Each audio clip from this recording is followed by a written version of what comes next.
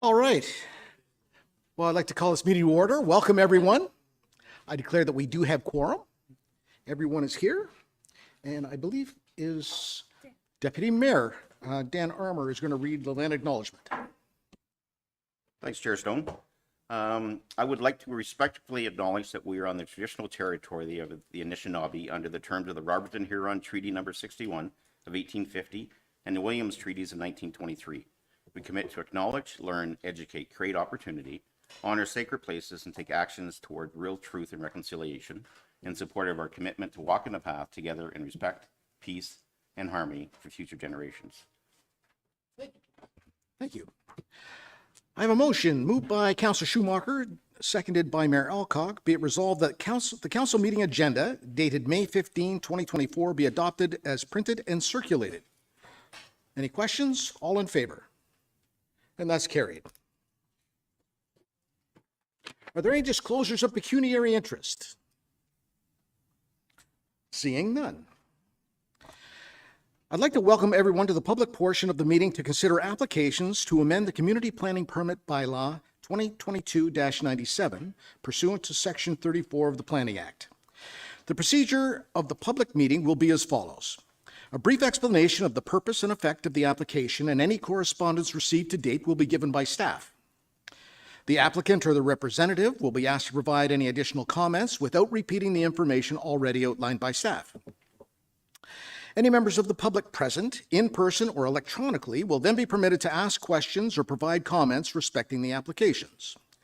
Council will then have the opportunity to question the applicant, the planner, or anyone giving presentation. Once the public meeting is concluded, the input received and proposed amendments will be considered by council. Any persons making representation are requested to first state their name and mailing address. Please note the presentations are limited to 10 minutes. Please be informed that an appellant must provide an oral submission at the public meeting or written submission prior to the passage of the CPP bylaw amendment. Otherwise, the Ontario Land Tribunal may dismiss the appeal. If you wish to be notified of the passage of a bylaw, you must file either with the recording secretary or with the clerk a written request for notification prior to the passage of the proposed bylaw. Each notice of complete application and public meeting included an explanation of the purpose and effect of the proposed amendment, and notice was required to be posted at the subject lands. Notice was therefore considered to have been provided in accordance with the provisions of the Planning Act and applicable sections of the Huntsville Official Plan. And with that, Madeline is going to speak to our first application, Tambos.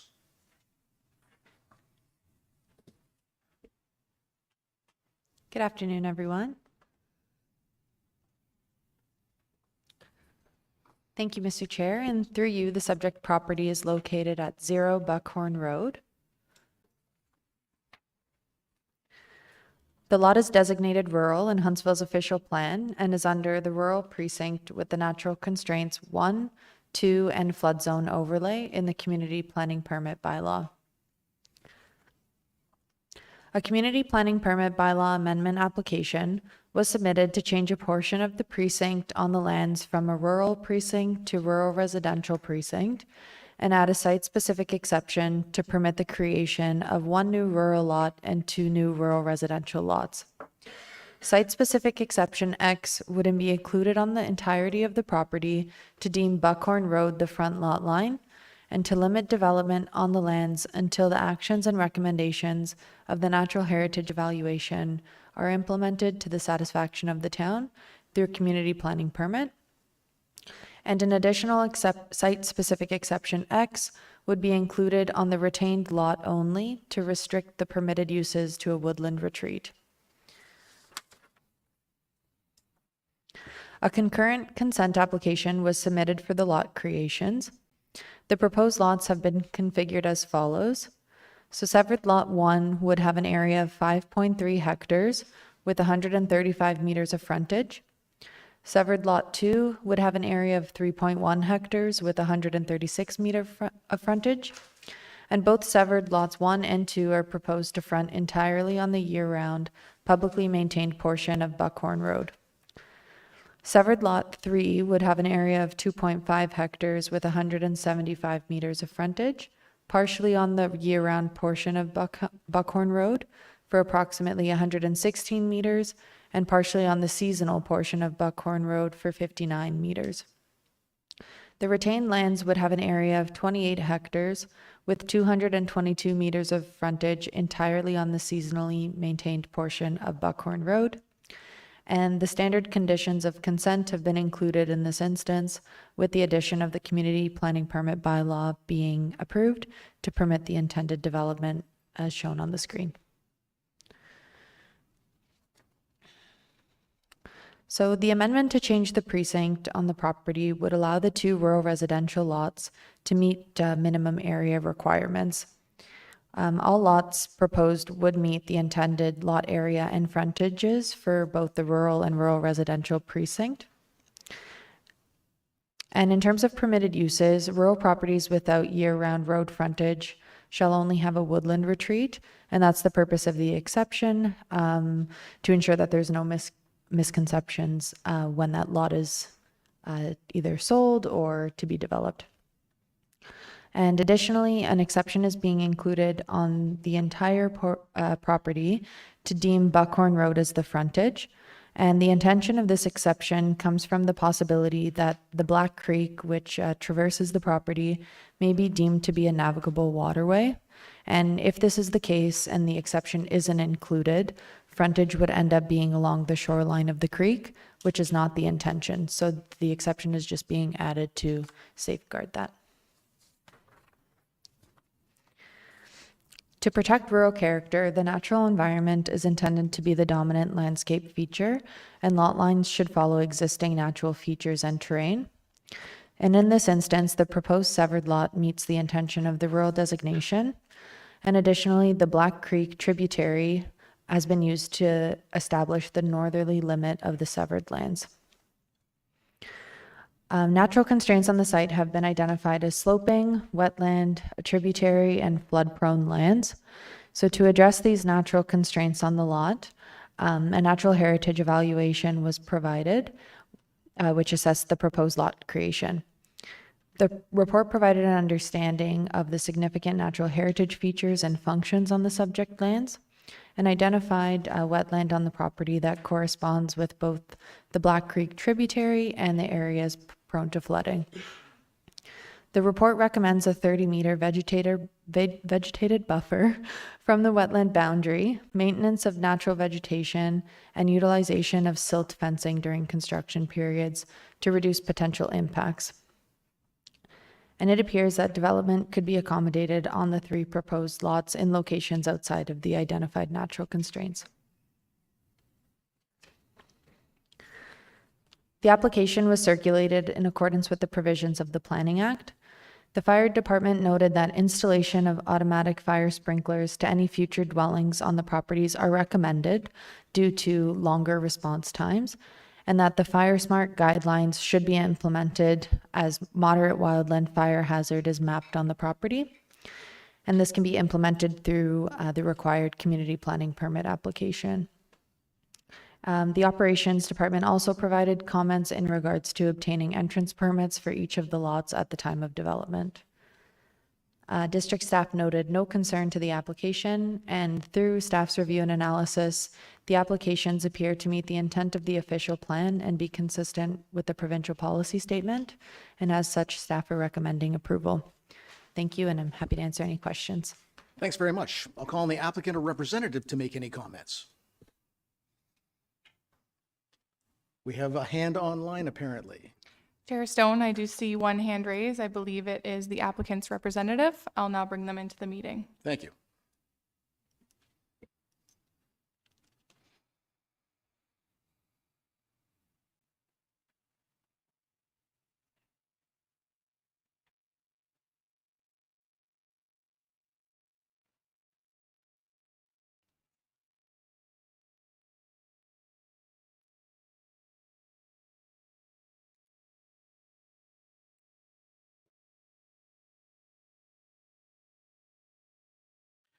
Hi, Graham.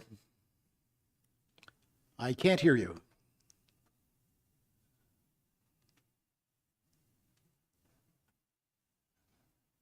No.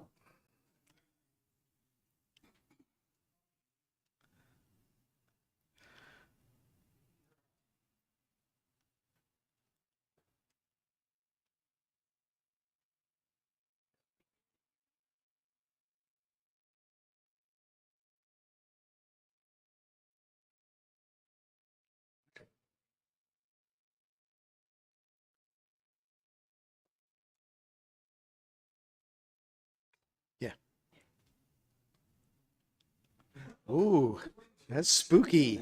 Ooh.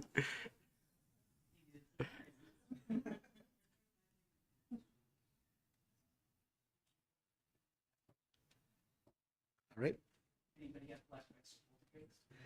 Okay, no, I see you again, but I still can't hear you.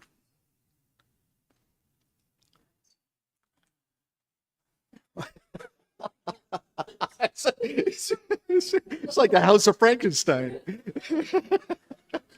That is.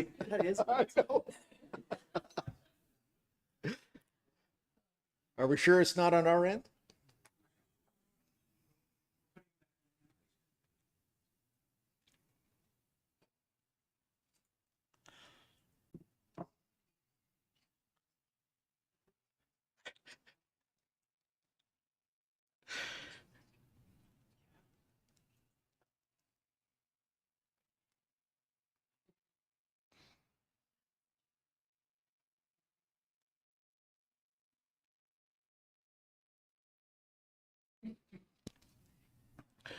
I can see you, but I still can't hear you.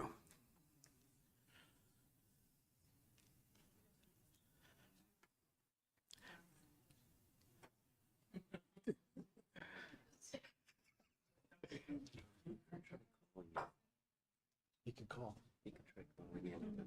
Does he have the number?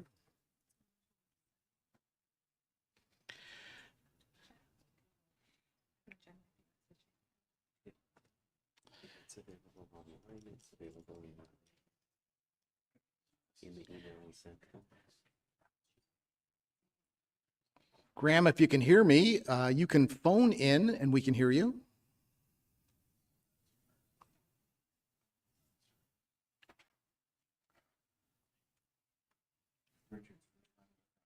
Yeah.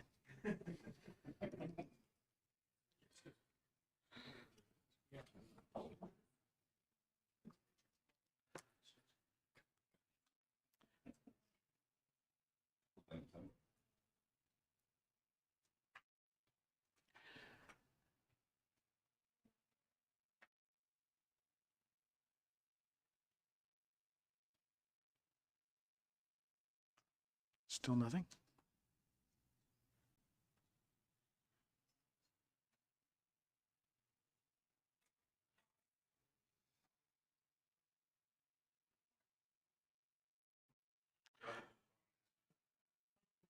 He's on your phone? There's a phone Okay. number for- Can you come down and put your phone at that microphone, please? Improvise, adapt, and overcome. Here we go. Say something, Graham.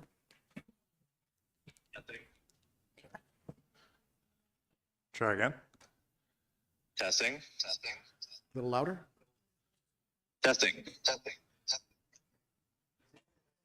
Yeah. Might be an echo. Say something again, Graham. Is there an echo now? Oh, you're good. Yes, that's great. Okay, excellent. Sorry about that, Chair Stone and members of council. That was interesting. I really don't have much to add, so I'll keep it brief. And thanks to Dylan for being there. Yeah, thanks to staff as well for accommodating the back and forth discussion on this file.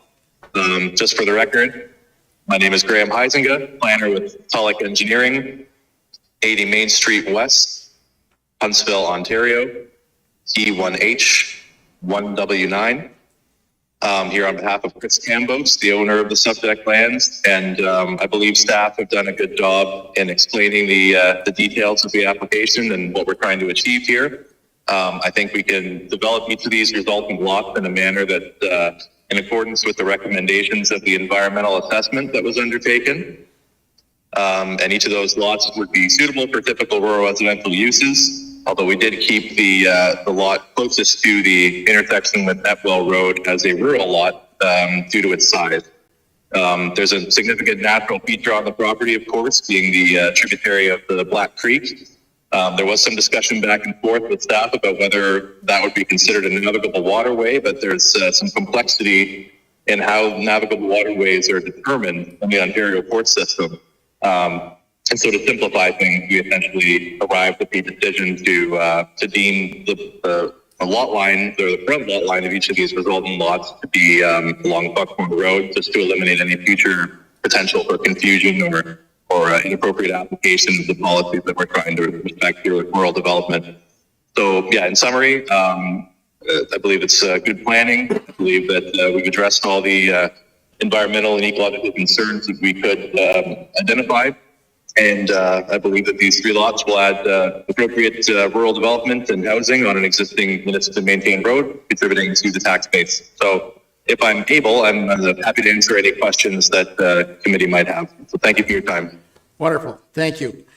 All right. Any member of the public that would like to ask any questions about this application? Please come down, sir.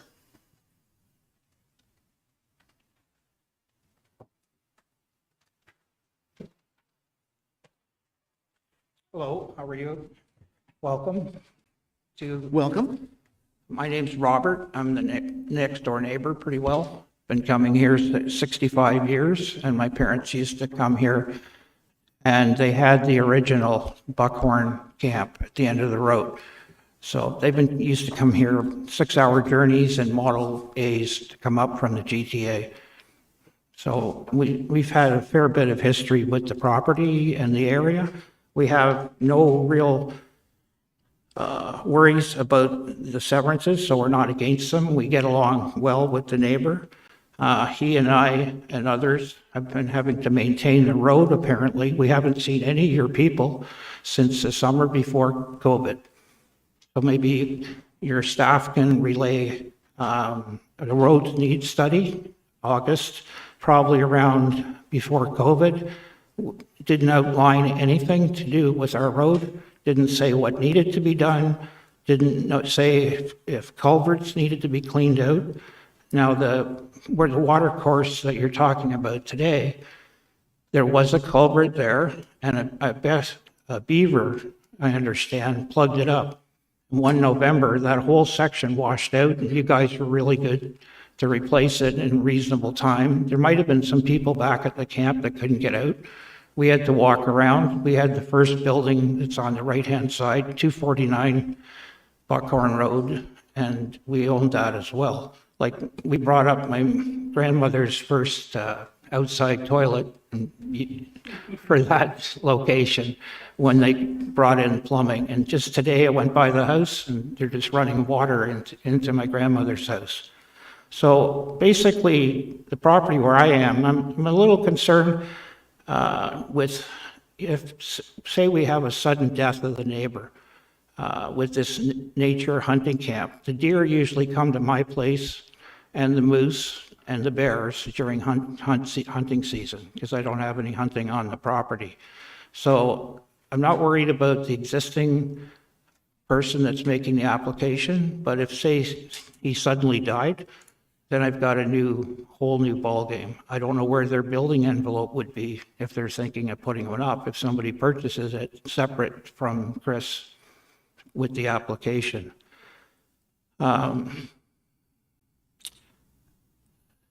We'd like to thank you as well for replacing the Etwell Bridge. That's nice that that got done. And we used to help Stistock Township to maintain the road. We used to bring in gravel and pay for it privately. So that's the level of how that road got to the condition it's in now. We used to cut the trees and keep everything back so the grader could come through. We haven't seen a grader in I don't know how long. Now, there was a grade-all machine doing Etwell Road last year, sitting in the turnaround. It's talked about in the report. Since it was just sitting there, since it could have just come down Buckhorn Road and cleaned out the ditches around some of the culverts, but it didn't happen. So we usually rely on senior staff and to know these things and know what to do, and that we didn't have to come and ask about certain things being done. I'd like to obtain a copy of the report that's not finished, as noted in your planning report. Basically, we're pretty happy with how things we've got along with you, and you've got along with us. We're pretty quiet. We just like to respect everybody's understanding. Like even way back when you guys paved Aspen Road, our taxes doubled. We didn't quibble. but that's how much history I have with this property. So those are some of my questions and some of my comments. Thank you, Mr. Chair. Thank you for your comments. Well, I forgot one thing. You like going to the Assisted Ball Fair and being in the sack races. So I'm wondering if the cash in lieu parkland money could be allocated to the Assisted Ball Fair property somehow. I'm not sure if you could set up something in the future versus the money coming in to the Rock Park that's downtown here and keep it out in the community. They're thinking of doing a pole barn, and they're looking at $25,000 to do a pole barn. And so it doesn't say how much cash in lieu of money is going to exchange hands in the report either. And you'll be getting new taxes, so there should be, from these new lots, so there should be money to help maintain the rest of Buckhorn Road, which hasn't seen any maintenance for quite a period of time. Well, thank you for your comments. The cash in lieu is taken care of, and the staff are taking notes here, so. Well, it's a part of the community. There's people coming out to the country now. Cash and lieu can go for that parkland, for the community out there to enjoy. That's why I'm just mentioning maybe something needs to get set up, some kind of trust. Because $25,000 for a pole barn is a considerable amount for a bunch of volunteers. All right, thank you very much. Thank you. Is there any other member of the public that would like to make comment? Anyone online, you would need to raise your electronic hand. Chair Stone, I see no hands raised. Thank you. Council members. Councilor Cloutier. Through you, Chair Stone. I don't have a problem with this. I just worry about the plow turnaround at the end of the road on the last lot. Like, are we going to end up running? It doesn't seem like a great big plow turnaround at the end. Are we going to end up with problems with piled snow there and us have to extra money doing removals or anything like that? It's just in the pictures, it doesn't show that it's a great big turnaround, but you're eventually going to get snow piled up. It might be a question for Public Works, but do you have a comment? Yeah, sorry, and I should have had a larger photo to show it, but we did do a site visit to the site, and it does look like there's adequate room to do that. They already have a turnaround there, so snow storage shouldn't be any different than what it is Okay, now. all right, thank you. Councilor Renwick. Thank you, Chair Stone. Just a small point of, not of order, but just in your report, Madeline, I think the lots are switched around as compared to the Tulloch. So it goes 1, 2, 3 in your report, and I think in this one it's 2, 1, 3. Not that it really matters. I understand what you're saying, but it just does that. That's okay. Through you, Mr. Chair. So the lots are numbered 2, 1, 3, but I've just tried to keep them as 1, 2, 3, just for the. But I don't know if I've missed.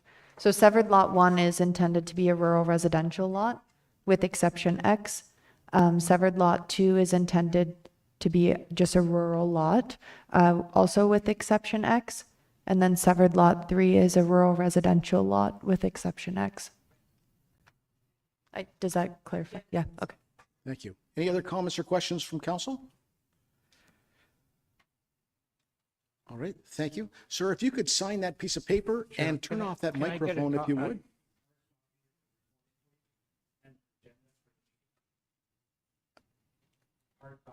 A hard copy of this. Okay. All right. Moved by Deputy Mayor Armour, seconded by Councillor Renwick. Be it resolved that Planning Council approve Community Planning Permit Bylaw Amendment Application CPPA 08-2024 HTE. The purpose and effect of which is to change the precinct on the lands from a rural precinct to a rural with exception precinct, a rural residential with exception precinct, and a rural with exceptions X and Y precincts as follows. Exception X, to deem Buckhorn Road to be the front lot line and to prohibit development within the recommendations of the Natural Heritage Evaluation prepared by Krista Wynn Consulting, dated November 2023, are implemented to the satisfaction of the town of Huntsville through the community planning permit. And exception Y, to restrict permitted uses to a woodland retreat, all to permit the creation of 2 new rural residential lots and 1 new rural lot. Comments or questions? All in favor? And that's carried.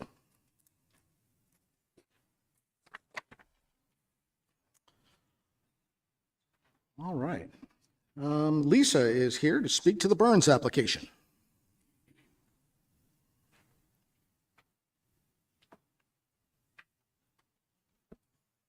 Thank you, Chair Stone, and through you, the subject property for this application is located at 1120 Muskoka Road 10.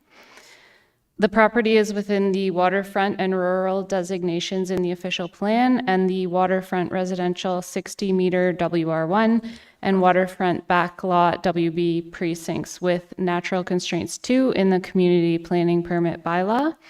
The property fronts onto Mary Lake and is accessed via Muskoka Road 10, which is a District Class A connection route.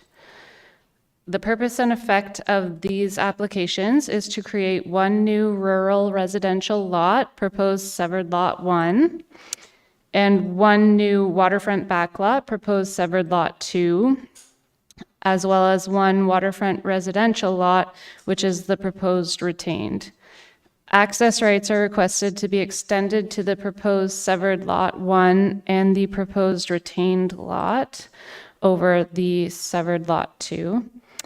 The requested amendment to the CPP bylaw is required to facilitate the creation of the proposed severed lot 1, as its boundaries would not meet the precinct requirements for a waterfront backlot, but exceed the minimum requirements of a rural residential lot as outlined in the CPP bylaw and the town's official plan. Staff feel this is a reasonable request, as policies in the official plan regarding lands in the waterfront designation speak to properties that physically and functionally relate to waterfront, and the proposed severed lot 1 is separated visibly and functionally from Mary Lake by the slope of the land, which rises steeply from Mary Lake before sloping back down towards Muskoka Road 10. The proposed severed lot 1 sits on the opposite side of this incline from the lake. There are also other similarly positioned rural residential lots in the immediate vicinity, which I'm highlighting with the stars here. The application was circulated in accordance with the provisions of the Planning Act and the Community Planning Permit Bylaw. The town received 6 letters of concern and/or objection from neighboring property owners and 1 letter of support, as well as comments from the Mary Lake Association. Comments received after the agenda was published were forwarded to members of Planning Council in advance of today's meeting. The concerns raised in 5 of the letters were from neighboring property owners to the west and centered around potential effects of future development of the proposed severed lot 1 in relation to stormwater drainage and its impact on the private road known as Down Memory Lane. The photos on screen right now are taken from Down Memory Lane. The additional letter of objection was from a group of property owners whose concerns centered around the proposed severed lot 2 and development in the vicinity of a creek that runs under Muskoka Road 10 and empties into Mary Lake. Photos of portions of the proposed severed lot 2 were included in my staff report and are shown on the screen now. These property owners would like council to consider a restriction on future rezoning at the time of provisional approval to ensure the lot could not further be changed to a precinct that would allow an estate residential type of development, which would create further concerns amongst those property owners related to obtaining drinking water, disposal of septic waste, and which they feel could also negatively impact Hawks Road, which this group of property owners uses for access to their lands. Comments from the Mary Lake Association stated they do not have concerns about the proposal impacting Mary Lake. However, they raised concerns regarding potential further intensification along Muskoka Road 10 and requested consideration of a similar restriction to be registered on title as previously noted, that no new lots may be created from the proposed severed lands. The 1 letter of support outlined another neighbor's intentions to purchase the severed lot 1 to add to his existing abutting property and to attempt to organize a group of neighboring property owners to purchase the proposed severed lot 2 with the intention of protecting both proposed severed lands from future development. Given the analysis of the town's policy and the proposal, the application appears to conform with the intent of the official plan, is consistent with the provincial policy statement, and meets the applicable criteria for approval under the CPP bylaw. As such, staff are recommending the application be approved, and I would be happy to answer any questions you may have. Thanks very much. Call on the applicant or the representative to make any comments.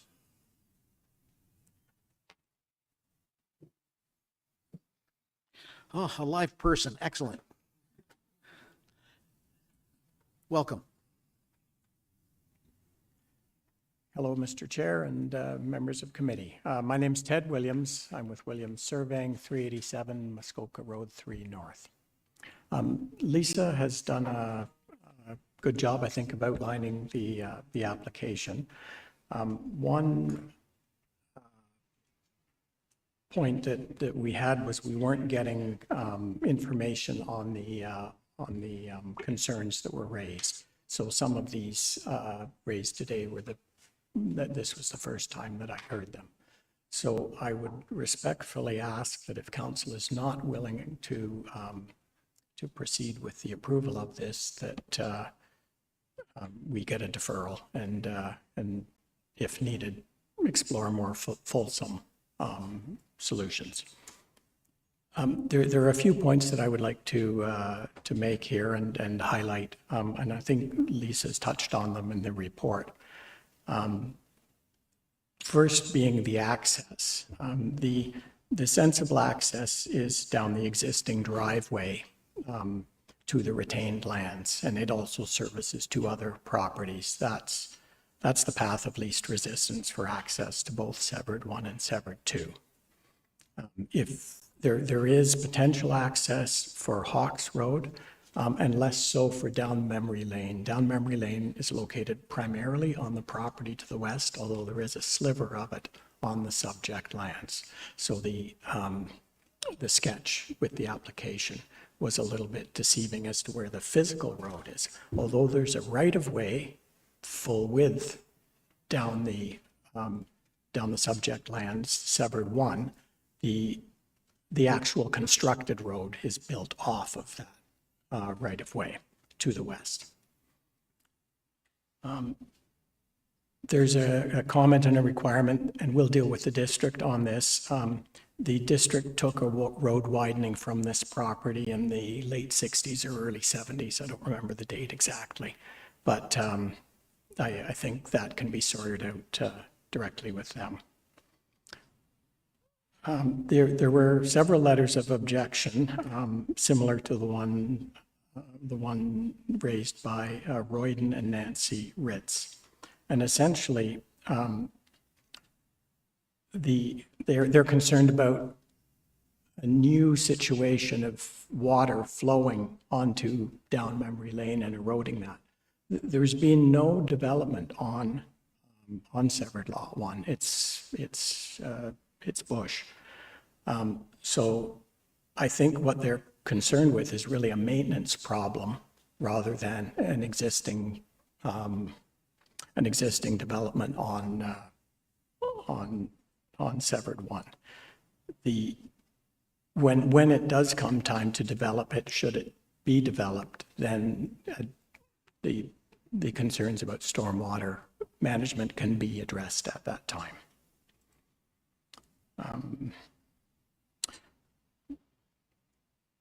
And I think that pretty well sums it up. If there are any questions, I'd be happy to answer them.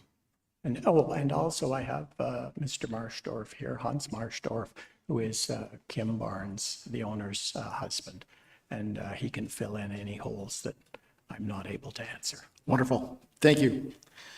I will ask if there's any member of the public that would like to speak to this application. Please come down, sir.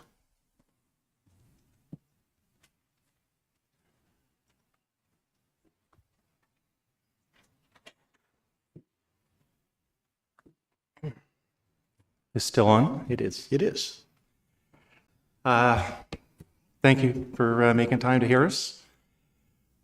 Two concerns. I'm Ken Spalding. My wife Jane is with me. We own 32 Down Memory Lane. the first driveway at the bottom of Memory Lane, and also 1090 Muskoka Road 10, the lot that the driveway of down Memory Lane is actually on, a good majority of it. So the problem initially that we were concerned with was access off down Memory Lane. It's a very sensitive road and prone to washing out and a variety of other issues. And hearing today that that's going to be over to the existing driveway at 1120 makes all the sense in the world to us. So we're happy to hear that and would hope that that would be part of a final decision. The second part is the water. It can handle, there's a culvert under down Memory Lane. The water runs from Severed Lot 1 through the culvert down the west side of Memory Lane and then splits and goes between our property and our neighbor's property. And then the culvert continues and goes between the neighbor and the next property. Normal conditions, no problem. Extreme rainstorms, the culvert cannot handle the amount of water that comes off of that wetland. There's a culvert that runs under Muskoka Road 10 that drains I would call it the east side of Muskoka Road 10, the opposite side of this severance application. I don't know if that contributes to more of the water that goes into the wetland. It's been getting worse lately, but our storms are getting worse lately, so we're not too sure what the cause of the excess water is.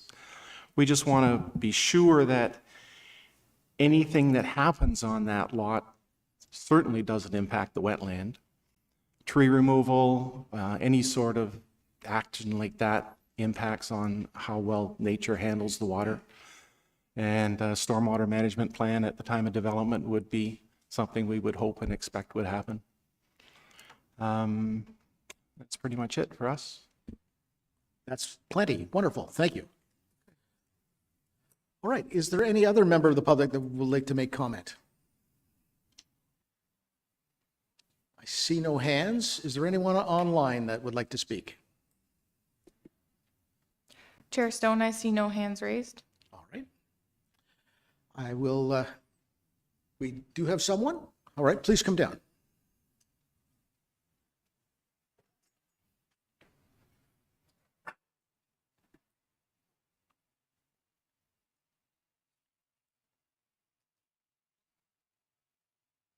We'll get it away in a second. I'll be brief. I just, oh, Here, I'm done. I'm done. very loud, best of times. It's all yours. We are the neighbors that live between Spalding's and Ritz's place. We've owned that property since 1979. I just wanted to second Ken's comments that there have been changes in development along the lane, but there is considerably more water coming through there. It does drain from that wetland under the lane, and it does go into Mary Lake. So there is a direct impact on the quality of the water going into the lake. And we'd ask your consideration in the environmental impact. Although that granite ridge is there, the water flows around that ridge and down to the lake. All right. Any questions to me? Not at this time. Thank you for that. All right, I'll ask once more. Anyone in the public that would like to speak to the application? I see no hands. I'm going to go to council. Councillor Morrison first. Thank you, Chair Stone, and through you. And thanks to the neighbors for speaking and to Mr. Williams for clearing up some stuff on the survey. There is a bit of discrepancy, it seems, and I even looked online on where down Memory Lane actually is and where the right-of-way is. So it sounds like Ted has cleared that up. That part of down Memory Lane is not on Severed Lot 1. It's actually on 1090. Yeah. Okay. Yeah. So would Severed Lot 1 have a right-of-way over down Memory Lane? Owns a portion. Yeah. Okay. Oh, not allowed to. All right, so Just speaking to who's here? Please. Sorry, Ted, I got you in trouble. Yes, you're going to get in trouble. But that does clear things up, because I think the one concern that the neighbors did have was having access over down memory lane. I can speak to being on that road and seeing some washouts, so it is valid that more access could cause issues. I think if that's alleviated, that's great. Knowing our staff is always looking at stormwater management whenever there's a CPP application. I think if there's some wording, I think I've asked Elisa and Richard, the three of us were working on some wording. If there was some wording in the approval to actually address potential stormwater management, because as Mr. Spalding expressed, even tree removal could affect how the water runs. And we can't control Mother Nature, so I think there is more water coming naturally anyhow. So I'd like to just see something in there about that. And if that was addressed, I think I'd be comfortable supporting the application. All right, thank you. Mayor Alcock. Thank you, Chair Stone. And actually, I concur completely with Councillor Morrison's comment about the clarity around stormwater management. So that would be really helpful. But I also wanted to kind of put to bed, there was a reference to having restrictions around development on future rezoning that would allow for estate residential development. And I was looking at it and I thought, probably impossible. I can't imagine an applicant coming forward for the retained lands. I don't think there'd be enough property to go forward with the plan of subdivision, which is what they'd have to do. And I think it would be sorry, Lisa, I should be looking at you. I think it would be highly unlikely that anything like that would come forward, right? Lisa? Yes, through you, Chair Stone. We likely wouldn't support an application if we did see such a thing. Right now, the size of a waterfront backlot, which is what the precinct is, it's suitable for a waterfront backlot, not for further severances. So thank you for that. That's exactly what I was looking for, was that statement, because I basically were supporting the concept of restricted use. Okay, thank you. Councillor Fitzgerald. Thank you, Chair Stone. I've been in many conversations with residents on Mary Lake and had our engineering department over there. We had the district did some work on number 10 and dam let go on Beaver Meadow. So the ground has changed there considerably, and it's creating some new things are happening in the lake and the shoreline because of those things. So we went and looked all over the wetlands there, and I think Richard was engaged on it as well with engineering.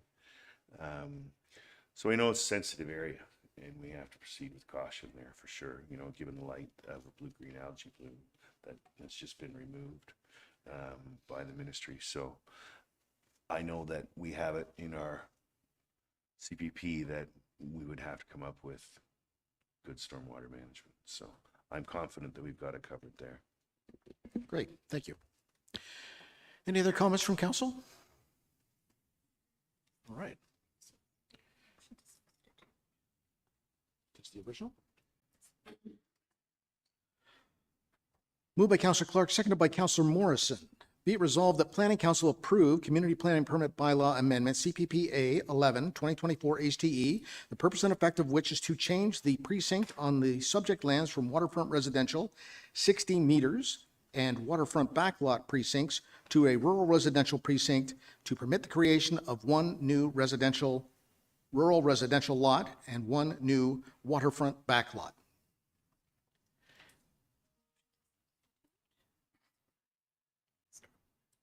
Oh, that's because we missed something?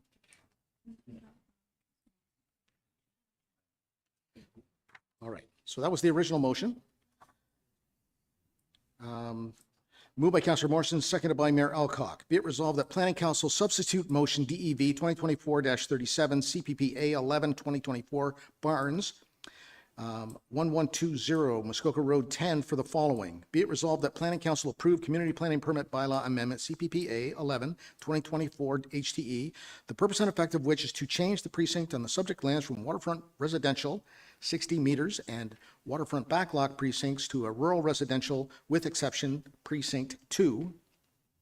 Require the community planning permit to be issued prior to the development proceeding on the lot, and require the community planning permit shall not be issued for development to proceed on the property unless the Director of Development Services is satisfied that suitable stormwater management and construction mitigation measures are to be implemented to address potential negative impacts resulting from the development, including but not limited to impacts on private roads within and adjacent to the lot, to permit the creation of one new rural residential lot and one new waterfront backlot.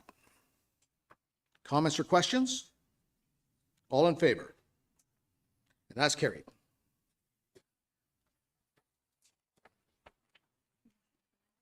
And the main motion as amended, all in favor? That's carried. Thank you. What is this? Oh. And we have a consent application as well.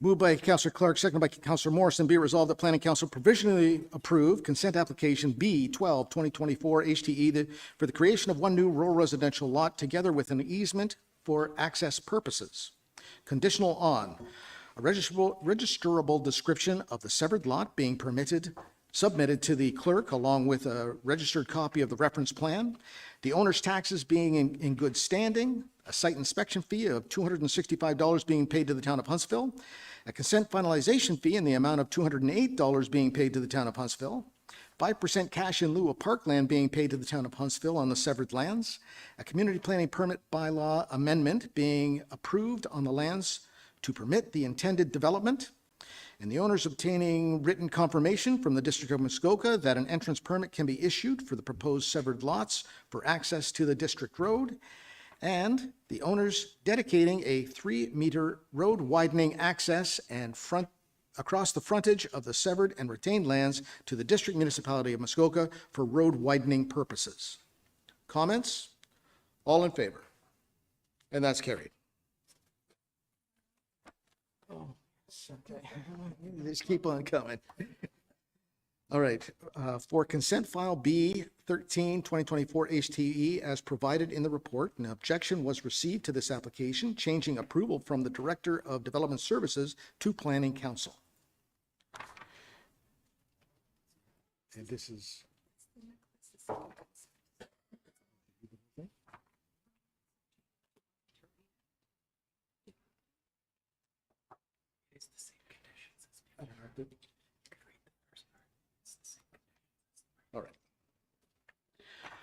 All right, moved by Councillor Morrison, seconded by Mayor Alcock, be it resolved that Planning Council provisionally approve consent application B13 2024 HTE for the creation of one new waterfront backlot together with an easement for access purposes, conditional on the same requirements as in the previous application or previous motion.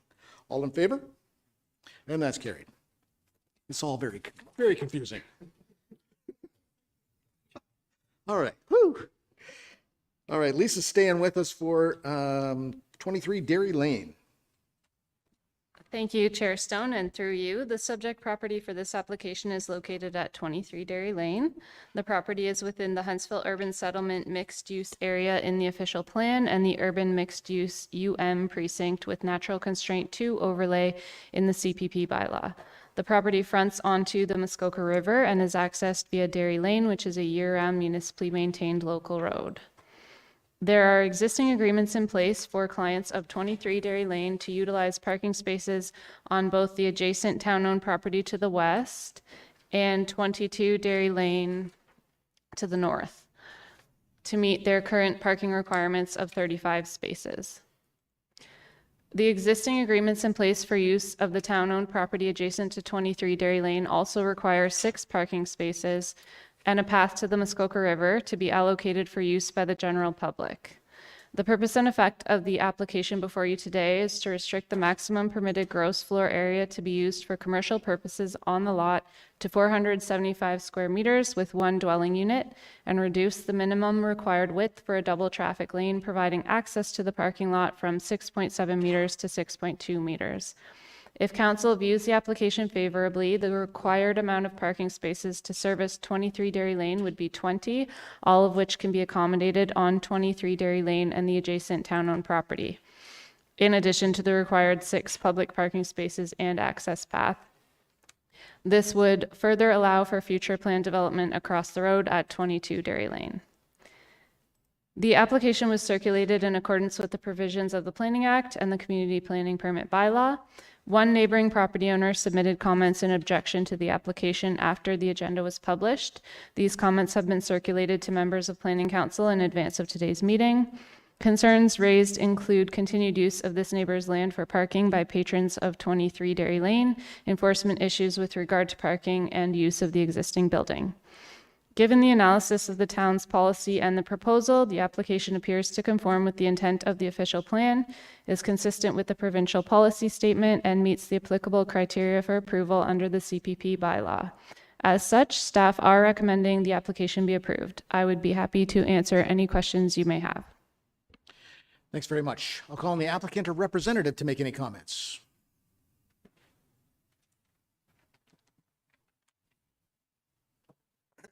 Good afternoon, Chair Stone, Good afternoon.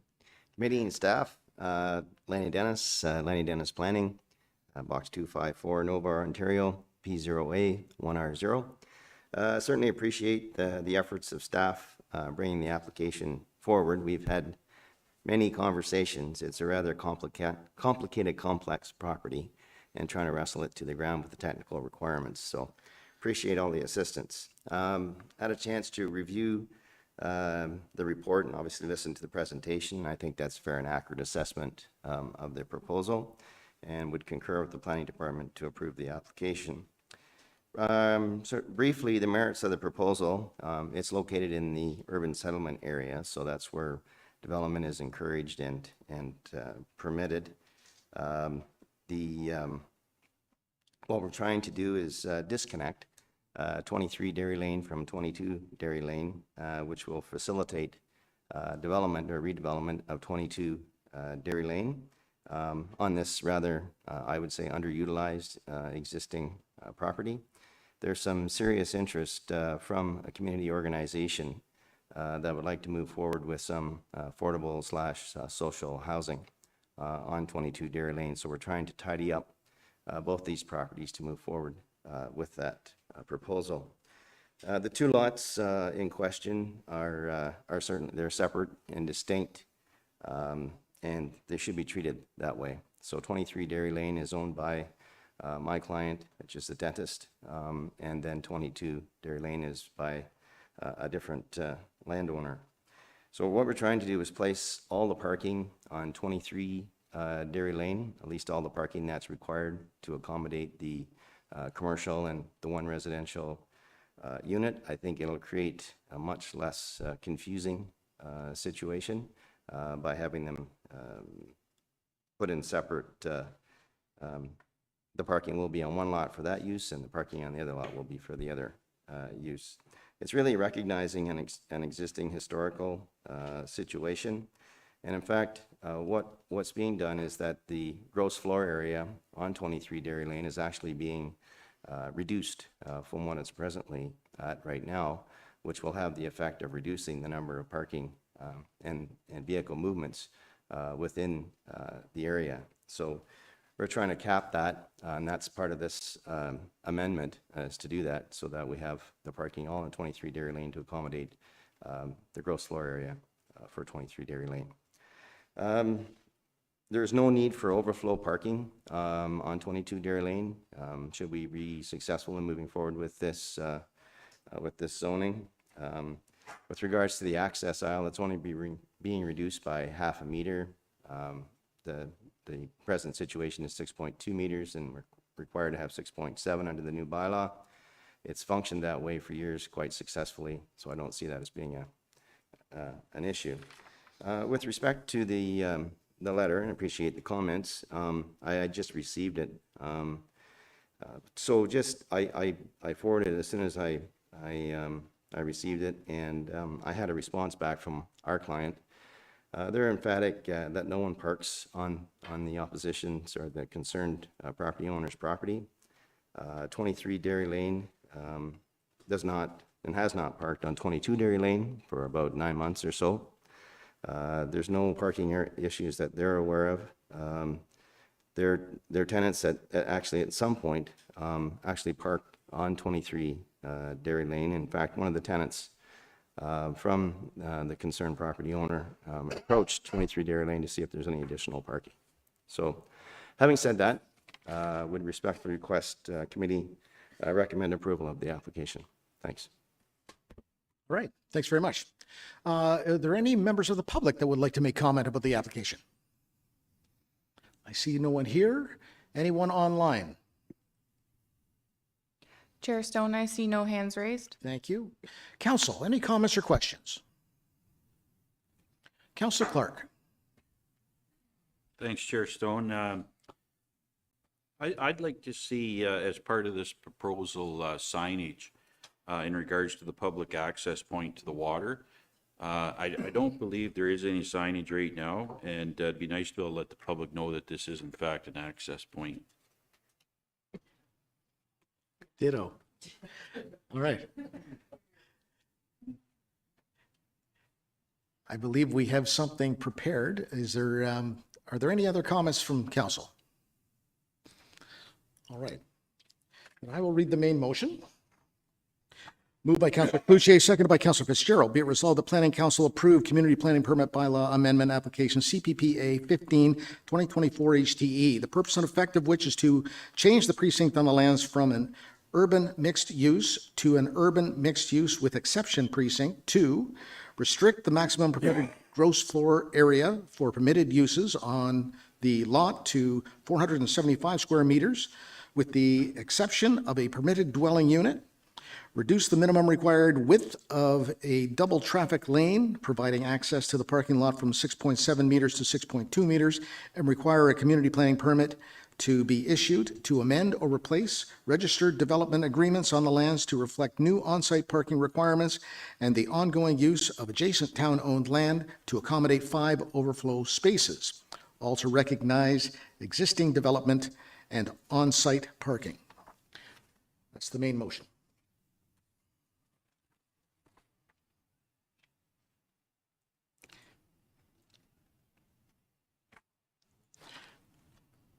I need to read the whole thing.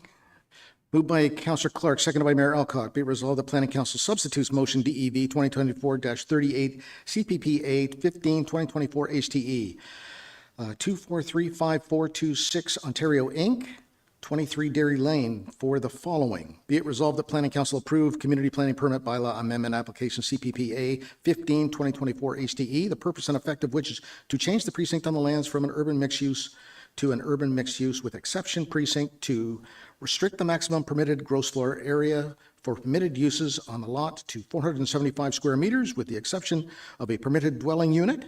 Reduce the minimum required width of a double traffic lane, providing access to the parking lot from 6.7 meters to 6.2 meters, and require a community planning permit to be issued to amend or replace registered development agreements on the lands to reflect new on-site parking requirements, signage respecting public access to water, and the ongoing use of adjacent town-owned land to accommodate 5 overflow spaces, all to recognize existing development and on-site parking.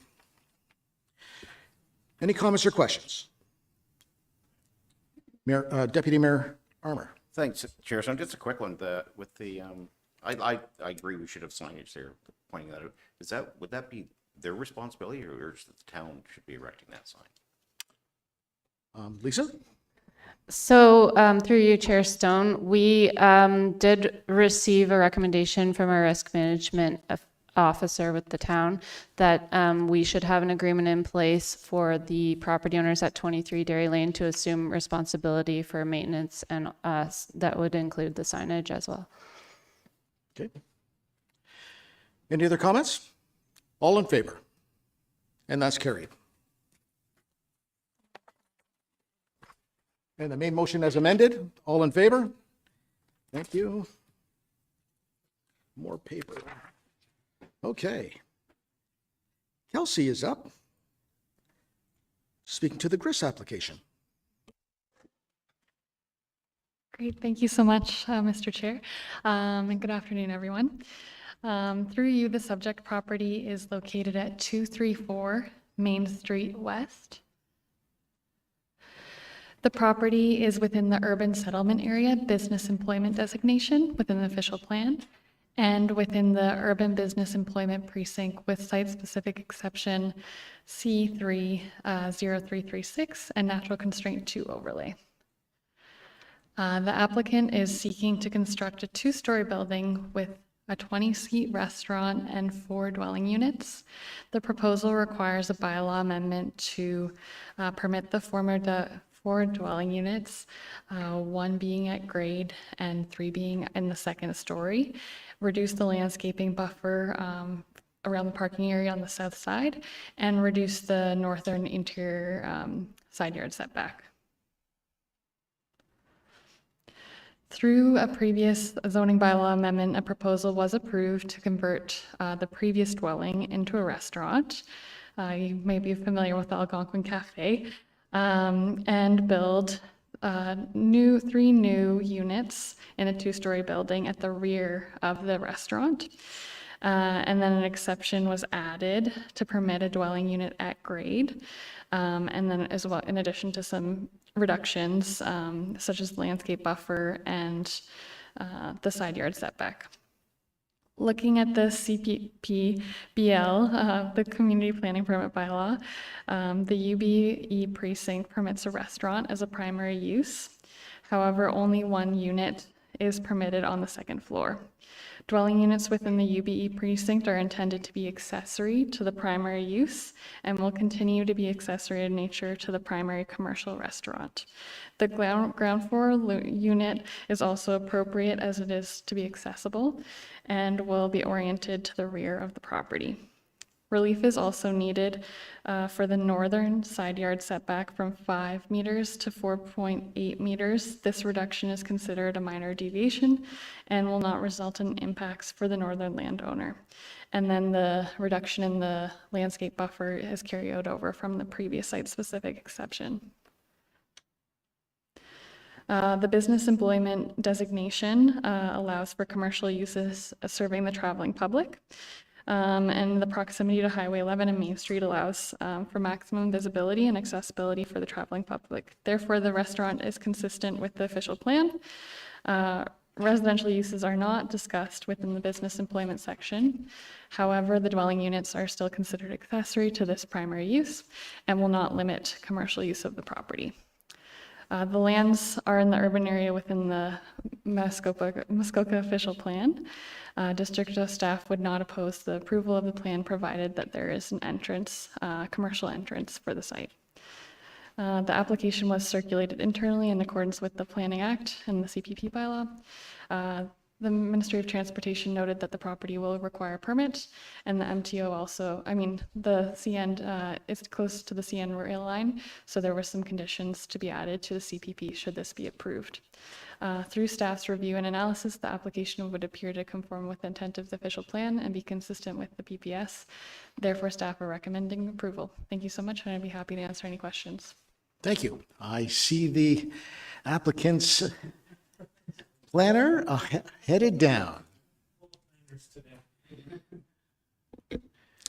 Good afternoon, Chairman Stone, John P. Gallagher, members of council, here with Walter from the Algonquin Deli, home of the finest meat in Huntsville. We're here today to seek permission to allow a new building to be built in the West End. We've seen a lot of change in that area recently, of which Walter has had a hand in. Kelsey's explained the application quite well. What we're going to end up with there is a building that's very similar to the one that Walter built a couple years ago to the east of this site. Having an accessible unit on the ground floor is a positive in this situation, and providing 3 additional residential units on a transit route this close to town, again, is another positive. Upon completion of the building, the existing Algonquin Deli building will be demolished. And again, it'll end up pushing the buildings back on the streetscape, which provides a nice appearance entering Huntsville from the West End. The application conforms to the official plan, both at the town and district level. It provides much needed housing. I don't think I have much more to say. The one thing that Walter did want me to raise, though, was that previously under the zoning bylaw, he had the right to accessory structures above the unit. The new CPP limits that to 1, and we would ask that any housekeeping bylaw be looked into would expand upon that, just so people wouldn't have to go through a similar situation, both in time and money. I'd be glad to answer any questions. Thank you. Perfect. Thank you very much. Are there any members of the public that would like to speak to the application? Anyone online? Chair Stone, I see no hands raised. All right, council members. Mayor Alcock. Thank you, Chair Stone. First off, I absolutely support this proposal. That's not a surprise at all. I do want to let Walter know that we are constantly going through housekeeping with respect to the implementation of our new CPP. So I know that staff will have noted the comment that you made, John.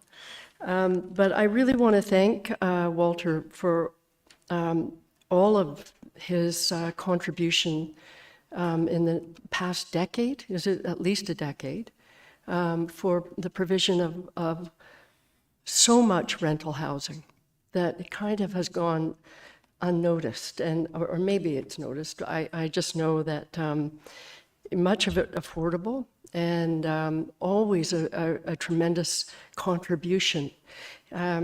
So one of the things about this particular proposal I really like is the continuation of the cafe.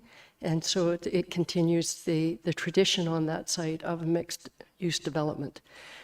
So real kudos. Thank you for all you do, Walter.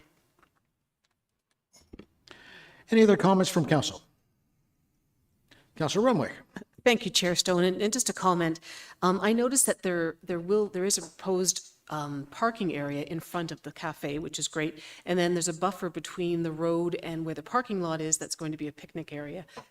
You've noted that there will be some trees that will be there. So there is planned vegetation because that will be a nice buffer. Like you're saying, driving along the road, you see something, not just the parking lot, but you will see some other architectural or something, green that'll be there. So. Thank you, Councillor Chairman, through the chair. Yes, part 2 of this, once the zoning is in place, will be the CPP, and we do have a landscape plan prepared for that, together with the elevations and stormwater management that will be required as part of that process. And we will be submitting that ASAP, as Walter has just finished up his last building and he's itching to do another one. Thank you. All right. Councillor Fitzgerald. Thanks, Chair Stone. And I guess this is some housekeeping, and it keeps coming up in applications, and it says the deer stratum. Is it the analysis from the district? And I just hit my thing and I lost it. I'm going to find it. Oh, stratum 2 deer wintering. It doesn't seem appropriate that they're calling it that. So who do we nudge to change that? Because that could trigger studies. It could trigger all kinds of things, right? I'll go to Kelsey first. Thank you for the question, through you, Mr. Chair.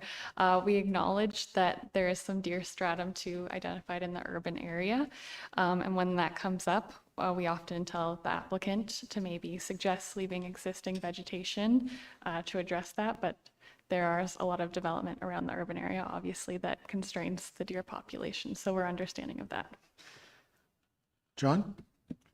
Yes, when that issue was first raised at the start of the process, I was a little concerned about it as well. And I think that the urban area has to be looked at a little differently in that regard, because in theory, there are policies that speak to lot creation of 90 meters by 90 meters in certain deer yards, which would not be wanted in the urban area.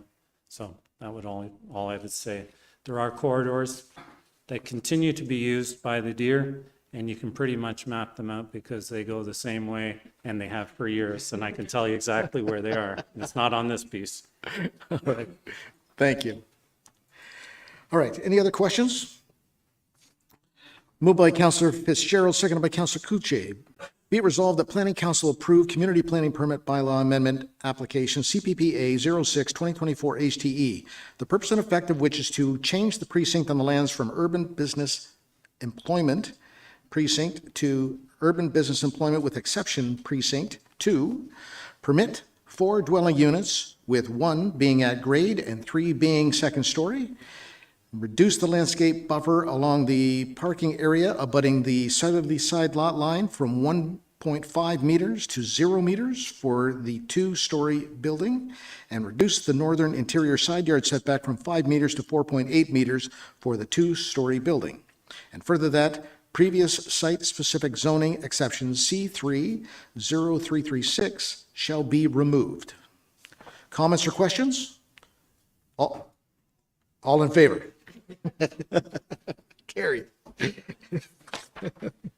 You're a little fast. Okay.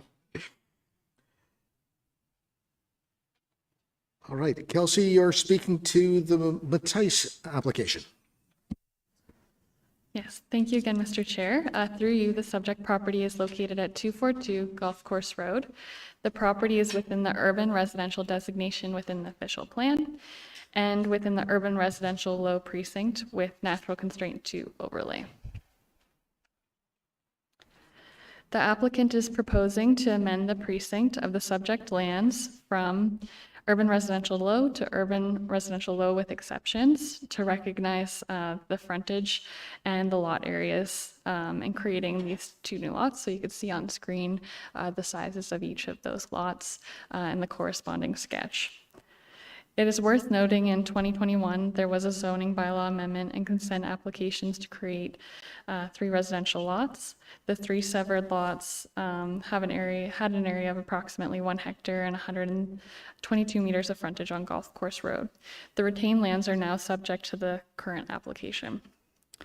The CPP bylaw does not list the lot area requirement for privately serviced lots within the UR1 precinct, as the lots shall exist on the date of passing of the bylaw. The frontage requirements for privately serviced lots is 60 meters, and on arterial roads, this requirement is 150 meters. The subject properties are privately serviced and front onto an arterial road. As the area is privately serviced and as exists, an amendment is needed to establish the minimum permitted lot area. Relief is also required to reduce the lot frontage of each lot. Oops.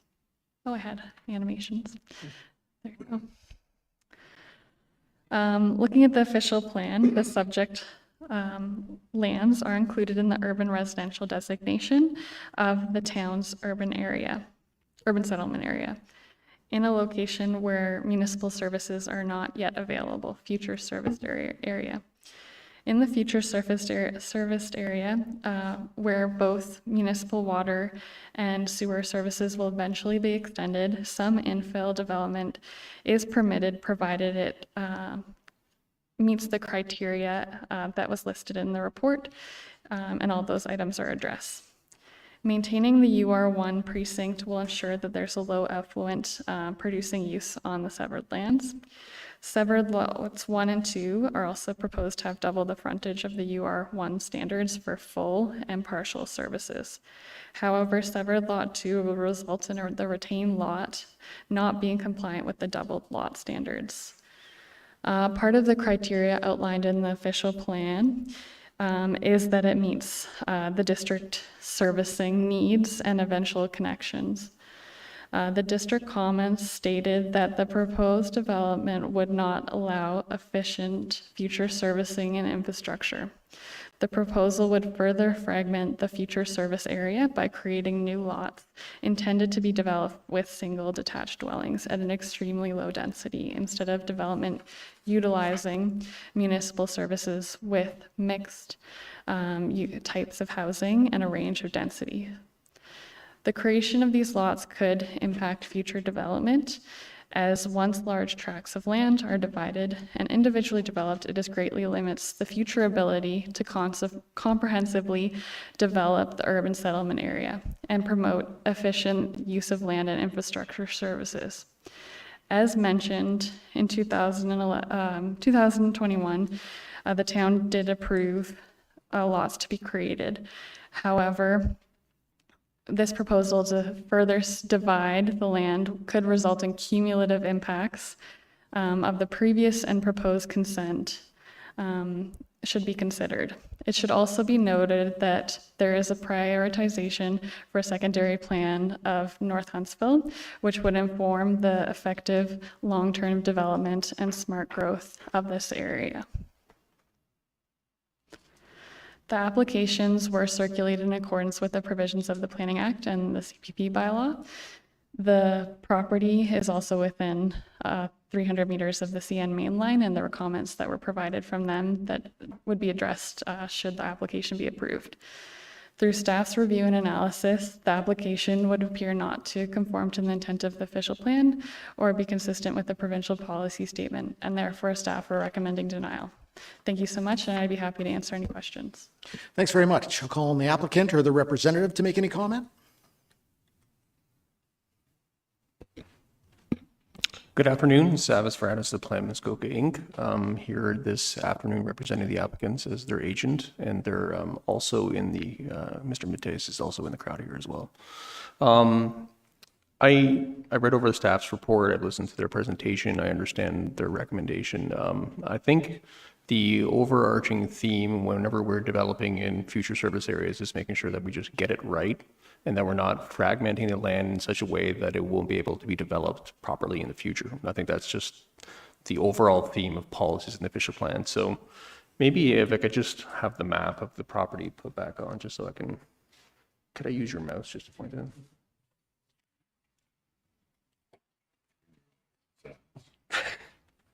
So just looking at the property, you can see the way that it was developed in the 2021 application that was mentioned by staff. There was 3 lots taken off of this property. There was a 20-meter wide, I guess, future road area allowed or as part of the lands left behind, and then there was a frontage area at the top here. So looking at the property, you can clearly see there is a chunk of land here that appears to be, ripe for future development. The way we looked at it is there is a constraint coming through here with a natural, a natural hydro corridor running straight through this property, and it sort of pinches off the frontage area of this point of frontage that was left behind with these lands when they were created. There is building envelopes potentially available behind those hydro lines, which is what these 2 lots are seeking to utilize. But if you were looking at the overall development of these lands, we looked at it as there probably would be a roadway, a private road or a private driveway brought in, and then some sort of multiple land use or maybe like a private road internally that would have townhouses or some sort of development theme like that for these lands, that this point of land at the top would not really contribute much value to, just because of the way it pinches off and the way that this hydro corridor runs through there. So looking at it from the perspective of would this land be able to be future developed for a high density land use and still have these 2 lots created and create 2 more houses in this area, which already has quite a few houses. We looked at it as like that was, we thought, a reasonable approach to developing these lands.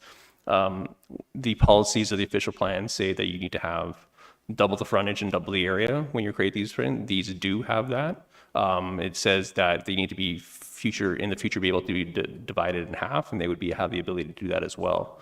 Staff have concern with the retained lands because it only has 20 meters of frontage versus the 30 meters of frontage, and the 15 meter frontage requirement of the urban residential law would not allow that property to be developed or divided into 2 15-meter parcels because it's only 20 meters. But you can clearly see that there is no development down here at the roadway that would ever, like this lot would never be divided at that roadway area to be for any future development. It'd be looked at from a comprehensive sort of development standpoint where that would be the access road in. So I don't really think that notion of the need for division of that frontage is really applicable for this type of lot.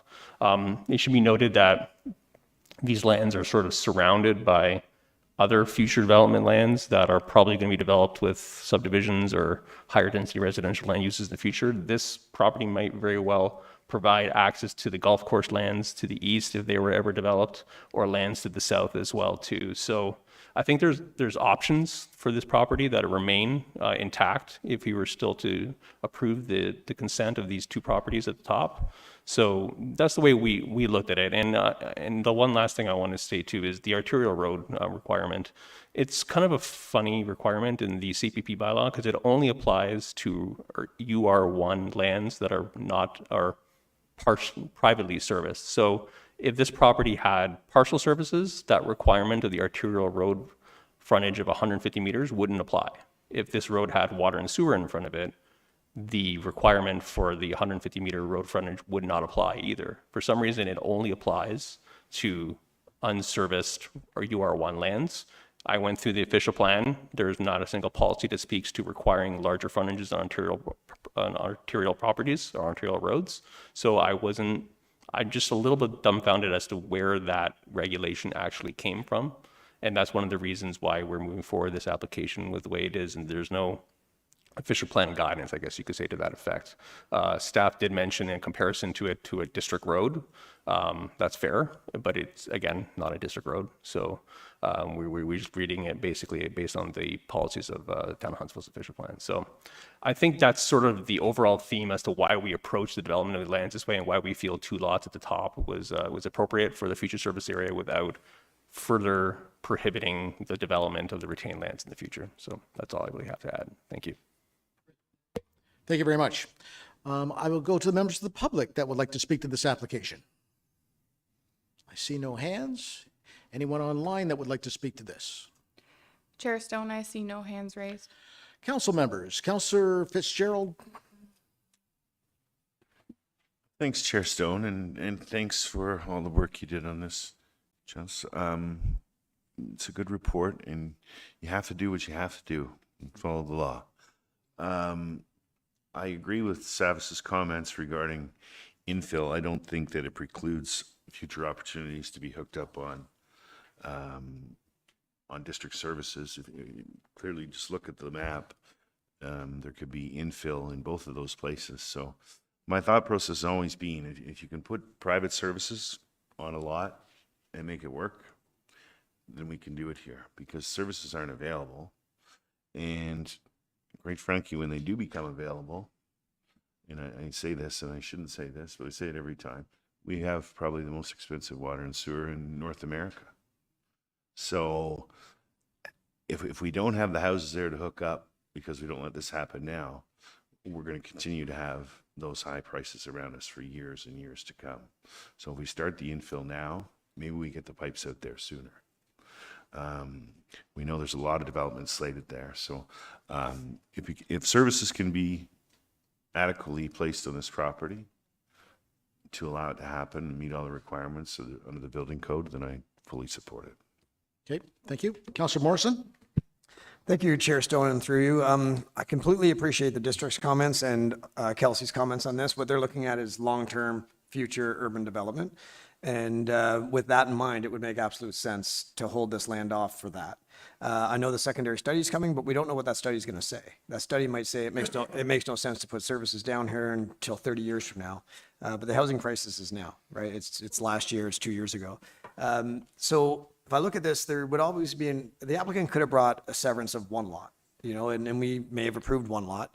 And that wouldn't have made a difference really on the long-term planning. Somebody plunk a house in the middle, and then down the road, if services came down, there's probably not much going to happen there. So I always look at more density, and I think if we can have 2 lots instead of 1, I'm very much in favor of it. And as we know, you can have up to 3 units per lot as a right. So we're looking at between 2 and 6 units that we could be bringing pretty close to Settlers Ridge. So I see it as a positive, but acknowledging that what staff is recommending makes absolute sense for the long-term planning, but we just don't know where that plan is going to come. And we don't know how many years it'll be before services come down. To Councillor Fitzgerald's comment, this might help us get services quicker. So just my thoughts. Thanks very much. Mayor Alcock. Thank you, Chair Stone. Most of my comments have been made. One additional one, I appreciate your report, Kelsey, for sure, for all of the reasons you said, and especially because we are going to have a secondary plan in the works at some point for the whole area.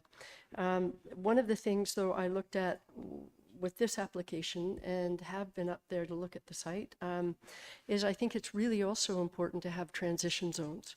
And this area is surrounded with, as you pointed out, other houses on lots that are equivalent to this. And a lot of the more sort of dense type of development will be further to the east. And so from my perspective, I think all of the arguments, I agree with what Councillor Fitzgerald said and Councillor Morrison. Savas, you did a great job at bridging the two. I also think it's important, though, that we maintain transition zones. So this would do that, and therefore I support the application. Councillor Clark. Thanks, Chair Stone. I'm leaning to supporting this, but I will make some comments. They're pretty small lots. I mean, they're 0.75 of an acre. So that's a fairly small lot. I'd certainly approve the severance if the two proposed severances were combined to be one lot. That would be a 1.5 acre lot. I think that is much more in character of what is already there.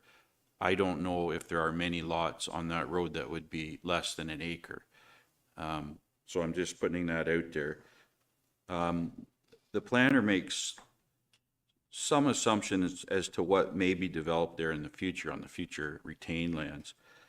If the proposed severance were for one lot, the breakup of the XX portion would be able to dealt with at the time of the development. So just putting that out there for thought as we carry on the conversation. Deputy Mayor Armour. Thanks, Chair Stone. So when I look at this, I see that there is a area there to actually build on. Is there enough room to actually build a home with those hydro lines running through there? Is there enough room to actually build a house on those lots with the hydro lines running through there and enough area for a house and for a well and a septic? Yeah, it's the lot is actually, sorry, it is not 0.75 acres. I think it's 0.75 hectares each, the smallest one. So it is actually a bigger lot than what it appears to be, just because the context of that plan is all the other lots around there are quite a bit bigger. So it makes these ones look small. I think the smallest building envelope is still about 8,000, 9,000 square feet there. So there is enough area to build a house, put a septic system, and the area under the hydro easement coming in can still be used for a driveway. You can still put a well in there as well too. So there is the ability to properly develop those two properties with a house and septic system.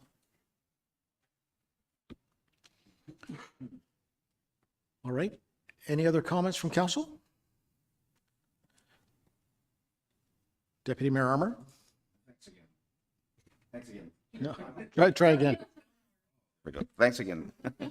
Has there been any studies done that there's actually access there for water? Like I just don't know what the contour is like where I'd hate to see a lot go for sale, someone buy it and not be able to access water. So is anybody able to answer? I can give it a shot. There hasn't been like a Hydro G or anything like that has measured the water. Like every other property in the area has a well, and it's as far as I know, all of them are working fine. So it's not surrounded by a lot of uses that I think that would drain potential water supply. So given the fact that there are other uses that appear to successfully use those private services, I think that's generally where we're coming from in terms of feeling comfortable with the private services aspect of it. I hope that helps. All right. I'll read the motion unless Mayor Alcock? I think I'd like to propose an amendment. That's what I was looking for. Yeah, all right. From Planning Council deny to Planning Council approve. All right. Is there a seconder? Councillor Morrison.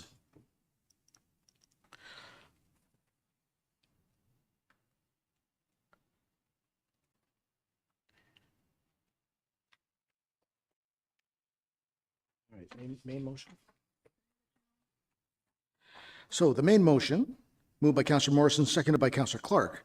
Be it resolved that Planning Council deny Community Planning Permit Bylaw Amendment Application CPPA 07-2024 HTE, the purpose and effect of which is to change the precinct on the lands from Urban Residential Low Precinct to Urban Residential Low with an Exception Precinct to create one new residential lot on private individual water and sewer services with minimum lot frontage of 90 meters and a minimum lot area of 0.3 hectares. Urban Residential Low Precinct to Urban Residential Low with Exception precinct to create one new residential lot on private individual water and sewer services with a minimum lot frontage of 30 meters and a minimum lot area of 0.33 hectares. And urban residential low with exception, Z precinct, to recognize a retained lot with a minimum lot frontage of 20 meters and a minimum lot area of 3.9 hectares. That's the original motion. We have an amendment. Moved by Mayor Alcock, seconded by Councillor Morrison. Be it resolved that the following word deny be struck out and the word approve be inserted in its place. And further, that the following words be added to items 1, 2, and 3.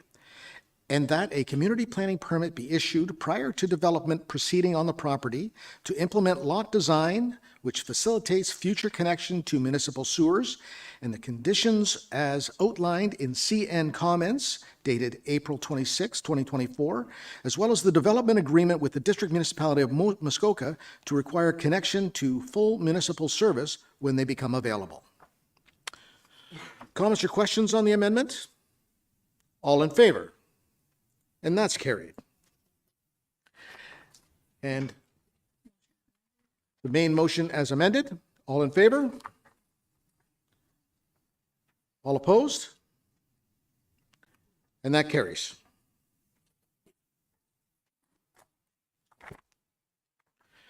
All right. Oh, we have to do this? All right. All right, moved by Councillor Morrison, seconded by Councillor Clark. Be it resolved that Planning Council deny consent applications B0607 2024 HTE for the creation of 2 new urban residential lots.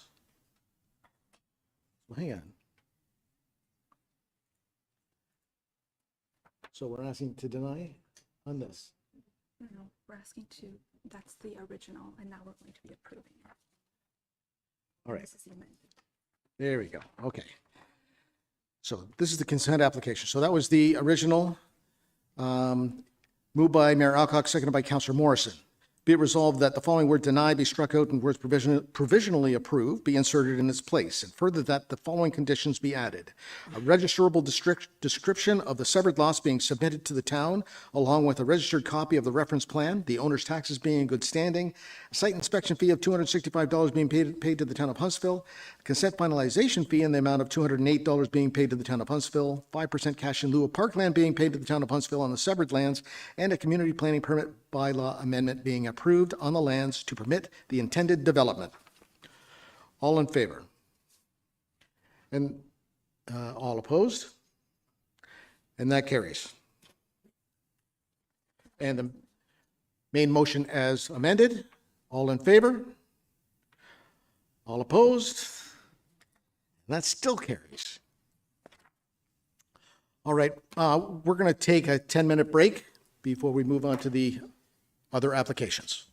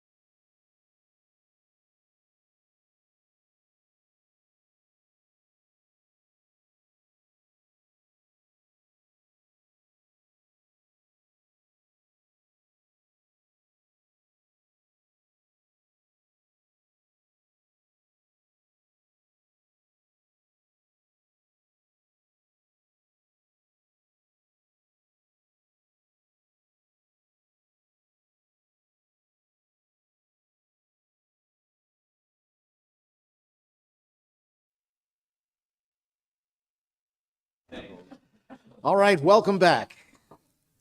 We have one more public meeting, the Cantillon application. Kelsey? Great, thank you, Mr. Chair. Through you, the subject property is located at 1686 Aspiden Road.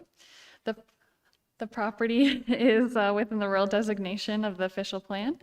The property is within the rural precinct as well, with urban natural constraint 1 and 2 overlay. The applicant is proposing to change the precinct on the subject lands from rural precinct to rural with exception precinct. The purpose of the exception, site-specific exception, is to recognize the existing garden center use along with accessory, retail store, office, and special event uses, and to add refreshment stand as an additional permitted or accessory use.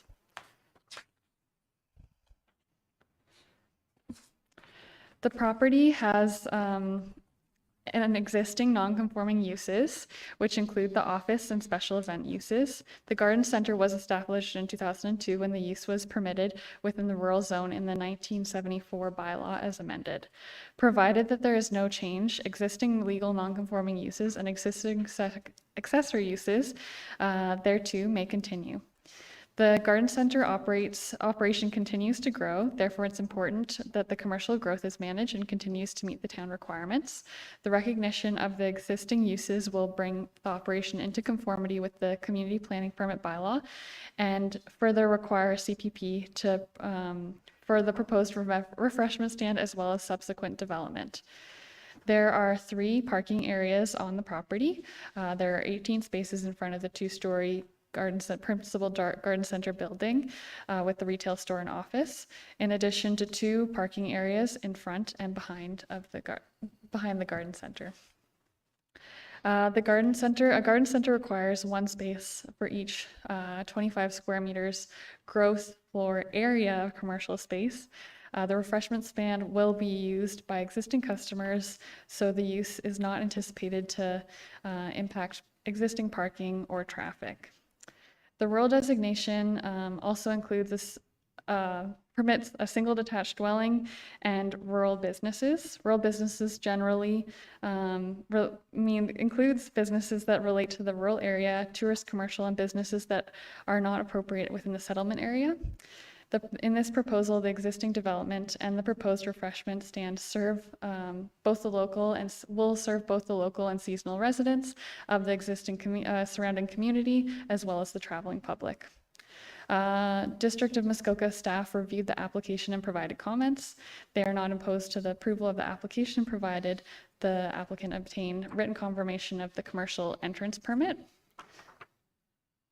The application was circulated internally and in accordance with the provisions of the Planning Act and the CPP bylaw. 2 letters of support were received and attached to the report, and 1 was subsequently sent out after the report was published. Through staff's review and analysis, the application would appear to conform with the intent of the official plan and be consistent with the provincial policy statement, and therefore staff are recommending approval. Thank you so much, and I'd be happy to answer any questions. Thank you very much. I'll call on the applicant or the representative to make any comments. No comments. I will go to the public. Anyone in the public that would like to speak to the application? Either present or online. Chair Stone, I see no hands raised. Council. Mayor Alcock has a comment. How did you know it was a comment? It could be a question. It could be a question. It is a comment, as a matter of fact. Thank you very much, Chair Stone. I just want to say this is a very exciting application. And once again, I feel like I'm repeating myself because I thanked a previous applicant, but I have to thank these 2 that are sitting in the audience, Tim and Melissa, for your contribution to our community. It is unbelievably off the charts, and every year it gets bigger and better, and the entertainment, the people that come from well outside of our area, you know, from towns from the south who come up to Huntsville to go to Sandhill to see the displays and the children's playground. Every time I go there, There's something new, something different. The creativity is, as I said, off the charts. So thank you for your contribution. We're very lucky. And so obviously I support this application. I agree. Any other comments? Councillor Cloutier. Thank you, Chair. I too echo Mayor Alcock's comments. This business is one business when you have people, family come up from out of town or whatever, it's a place that you go to visit a business. Not too often you have businesses in your community that you just go visit because it's a business.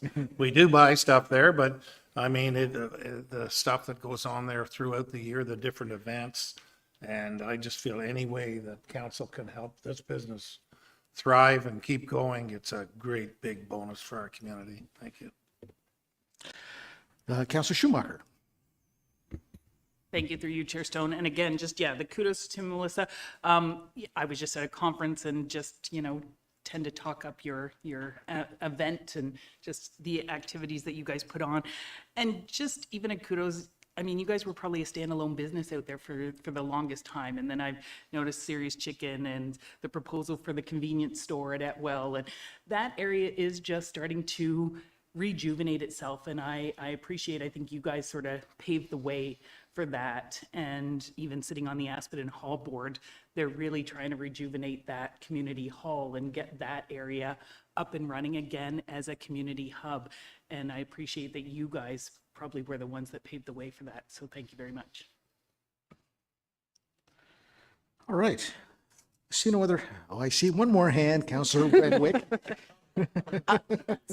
Thank you, Chair Stone. And I do want to reiterate what my fellow councillors have said. But I was interested in what the one letter that came through from your neighbor who shares the driveway. And I mean, they were completely in favor of what you're doing, but I think with the fact that you're so successful that they say at times it's challenging to get through that area. Do they have like a recourse to go around, or to... Yeah, can Tim answer that? Oh, sorry, you can't ask the question. So, Tim, can you come down? It was just a concern that that Yeah, person had. just to address that concern, there is a right-of-way through our property to Brian and Andrea's property, and they are the best neighbors to have. But our parking is a challenge. We do have the capacity to park 300 cars, but when you have 18 parking spots close to the store, you know where people want to park. Yeah. So we keep open communication with them. We're trying to troubleshoot the best solution. It's growing pains. So Great. Thank you for that. All right, I see no other hands. I'm going to read the motion. Moved by Councillor Renwick, seconded by Deputy Mayor Armour.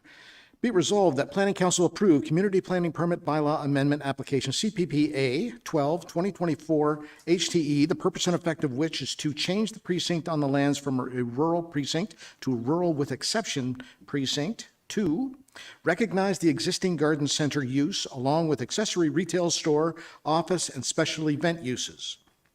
Permit a refreshment stand as an additional permitted accessory use and include definitions for special event use and refreshment stand specific to the lands. Comments or questions? All in favor? And that's carried unanimously.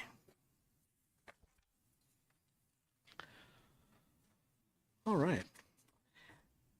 Now that all comments have been received, I declare these public meetings respecting the above applications to be concluded, and we'll now move to the non-public portion of the meeting. And Kelsey, you're speaking to the Belfry application.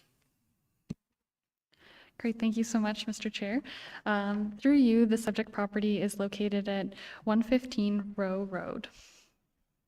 The property is within the waterfront designation in the official plan and within the waterfront residential 60-meter precinct with natural constraint 2 overlay. The application has been submitted for a Class 3 community planning permit to facilitate the construction of a covered deck, unenclosed deck, and dwelling addition to an existing non-complying single detached dwelling. The Class 3 variation is needed to increase the primary lot coverage from 5% to 10.6%, reduce the front yard setback from 12 meters to 6.4 meters for the dwelling and covered deck, and reduce the western side yard setback from 6 meters to 5.4 meters for the covered deck. So I've illustrated some of the reliefs here. The existing development is closer to the front property line than permitted within the WR1 precinct on a lot not directly abutting a navigable water body. The existing noncompliance limits the location of any proposed additions. Steep slopes at the rear of the property also push the development to the front. The proposal requires relief to address these unique constraints. The primary lot coverage is also currently exceeds 5%, and is at 9.9%, so 10.6% is considered a minor deviation, and under the previous zoning bylaw, 10% was allowable, which they would have built in according to. There's also mature trees which buffer the existing development from the road and are intended to be retained. Therefore, there's no concern regarding further visual impacts, and the relief is considered appropriate given the existing building lines. You can see there the existing trees and the decks. The application was circulated in accordance to with the provisions of the Planning Act and the Community Planning Permit Bylaw. 5 letters of support were received and were attached to the report. Through staff's review and analysis, the application would appear to conform with the intent of the official plan and be consistent with the provincial policy statement, and therefore staff are recommending approval. Thank you, and I'd be happy to answer any questions. Thank you very much. I'll call on the applicant or representative to make any comments, if they wish. Is there anyone online? Nobody's online. All right, council members, comments or questions? Councillor Cloutier. Thank you, Chair. I support this motion. Just it's a little bit making their living accommodations a little bit bigger, and it really doesn't encroach on any neighbors. It encroaches towards the road, which is very low volume road where their house is. And I think this is just bettering somebody's life with this, and I don't see a problem with it at all, and I'm totally for it. Any other comments or questions? I'll read the motion. Moved by Mayor Alcock, seconded by Councillor Schumacher. Be it resolved that Planning Council approve Community Planning Permit Application CPP 52-2024 HTE, the purpose and effect of which is to provide relief from Section 4.3.4 of the Community Planning Permit Bylaw 2022-97 as amended.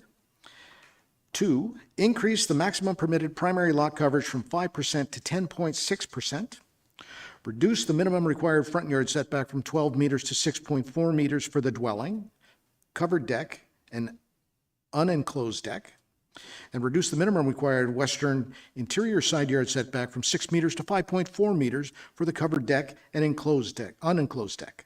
All to permit the construction of a 5 square meter covered deck, 7 square meter unenclosed deck, and a 27-meter dwelling addition to an existing non-complying legal detached dwelling. And further that a community planning permit be issued to authorize the above described development conditional on the development being carried out in accordance with the community planning permit, including final plans, drawings prepared to the satisfaction of the town of Huntsville. All exterior lighting being dark sky compliant in accordance with the town of Huntsville outdoor lighting bylaw 2016-3 as amended. Appropriate erosion and sediment control measures being installed prior to commencement of any works and maintained until all disturbed areas have been stabilized, and all disturbed areas being stabilized and restored to existing conditions or better immediately upon completion of the works. Comments or questions? All in favor? And that's carried. All right. Lisa's back at the table with 14 North Deer Lake Road.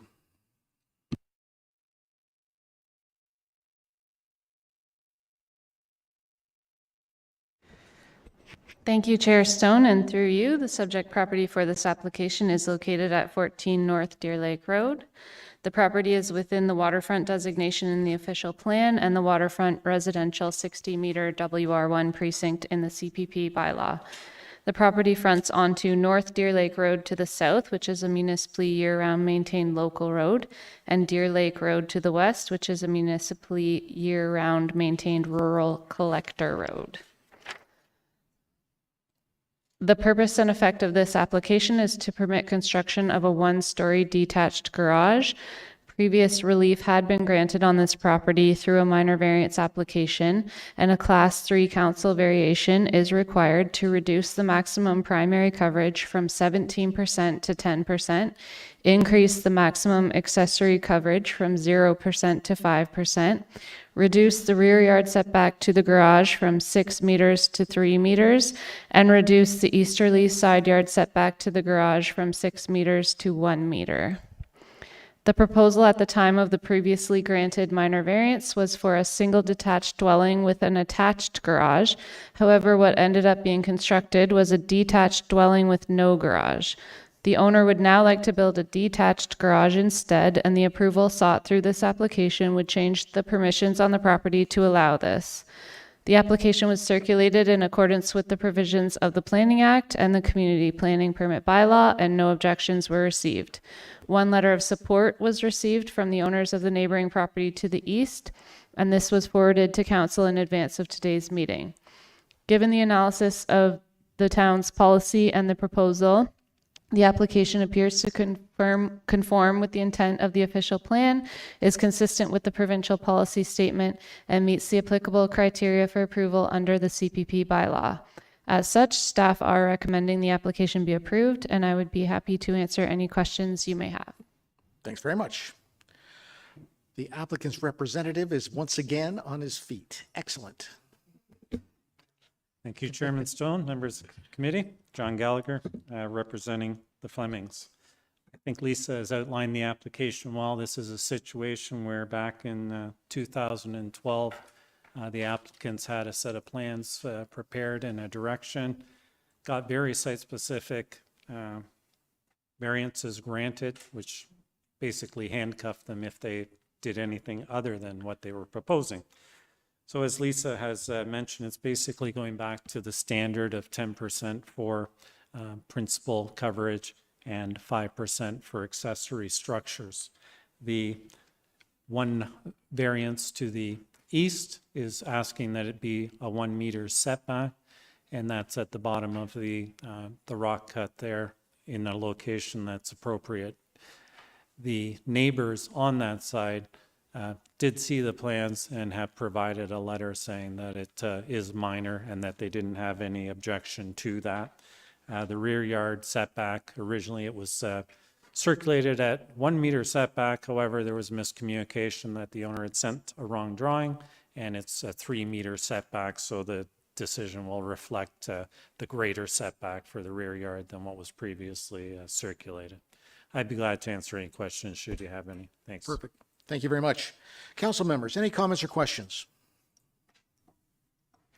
I'm seeing none. Moved by Councilor Schumacher, seconded by Mayor Alcock. Be it resolved that Planning Council approve Community Planning Permit Application CPP 2024 HTE, the purpose and effect of which is to vary relief granted on the property through minor variance application A31 2012 HTE, and to provide relief from sections 2.3, 13.2, and 4.3.4 of the Community Planning Permit Bylaw 2022-97 as amended. 2, reduce the maximum primary coverage from 17 to 10%, increase the maximum accessory coverage from 0% to 5%, reduce the rear yard setback to the garage from 6 meters to 3 meters, and reduce the easterly side yard setback to the garage from 6 meters to 1 meter, all to permit the construction of a one-story detached garage, and further that a Class 3 community planning permit be issued to authorize the above-described development conditional on the development being carried out in accordance with the community planning permit, including plans and drawings prepared to the satisfaction of the town of Huntsville, all exterior lighting being dark sky compliance in accordance with the town of Huntsville outdoor lighting bylaw 2016-3 as amended, Appropriate erosion and sediment control measures being installed prior to commencement of any works and maintained until all disturbed areas have been stabilized, and all disturbed areas being stabilized and restored to existing conditions or better immediately upon completion of the works. Comments or questions? All in favor? And that's carried. All right. Madeline, you're speaking to Shoemaker Lane. Shoemaker. Thank you, Mr. Chair. Through you, the subject property is located at 162 Shoemaker Lane. The lot is designated waterfront in Huntsville's official plan and under the waterfront residential 60-meter precinct in the community planning permit bylaw. An application was submitted for the construction of a 146 square meter, 2-story detached garage on the lot. A Class 3 community planning permit application is required to increase accessory lot coverage from 5% to 5.15% and increase the maximum permitted size of a 2-story garage in a waterfront residential precinct from 60 meters to 146 meters squared. Final approval will be conditional on the owner entering into an agreement with the town to confirm that all structures labeled to be removed on the site plan shall be removed and that no habitable space shall be permitted within the 2nd story of the detached garage. Upon the condition being fulfilled, the community planning permit will be issued and include the standard conditions of final approval as listed on the screen.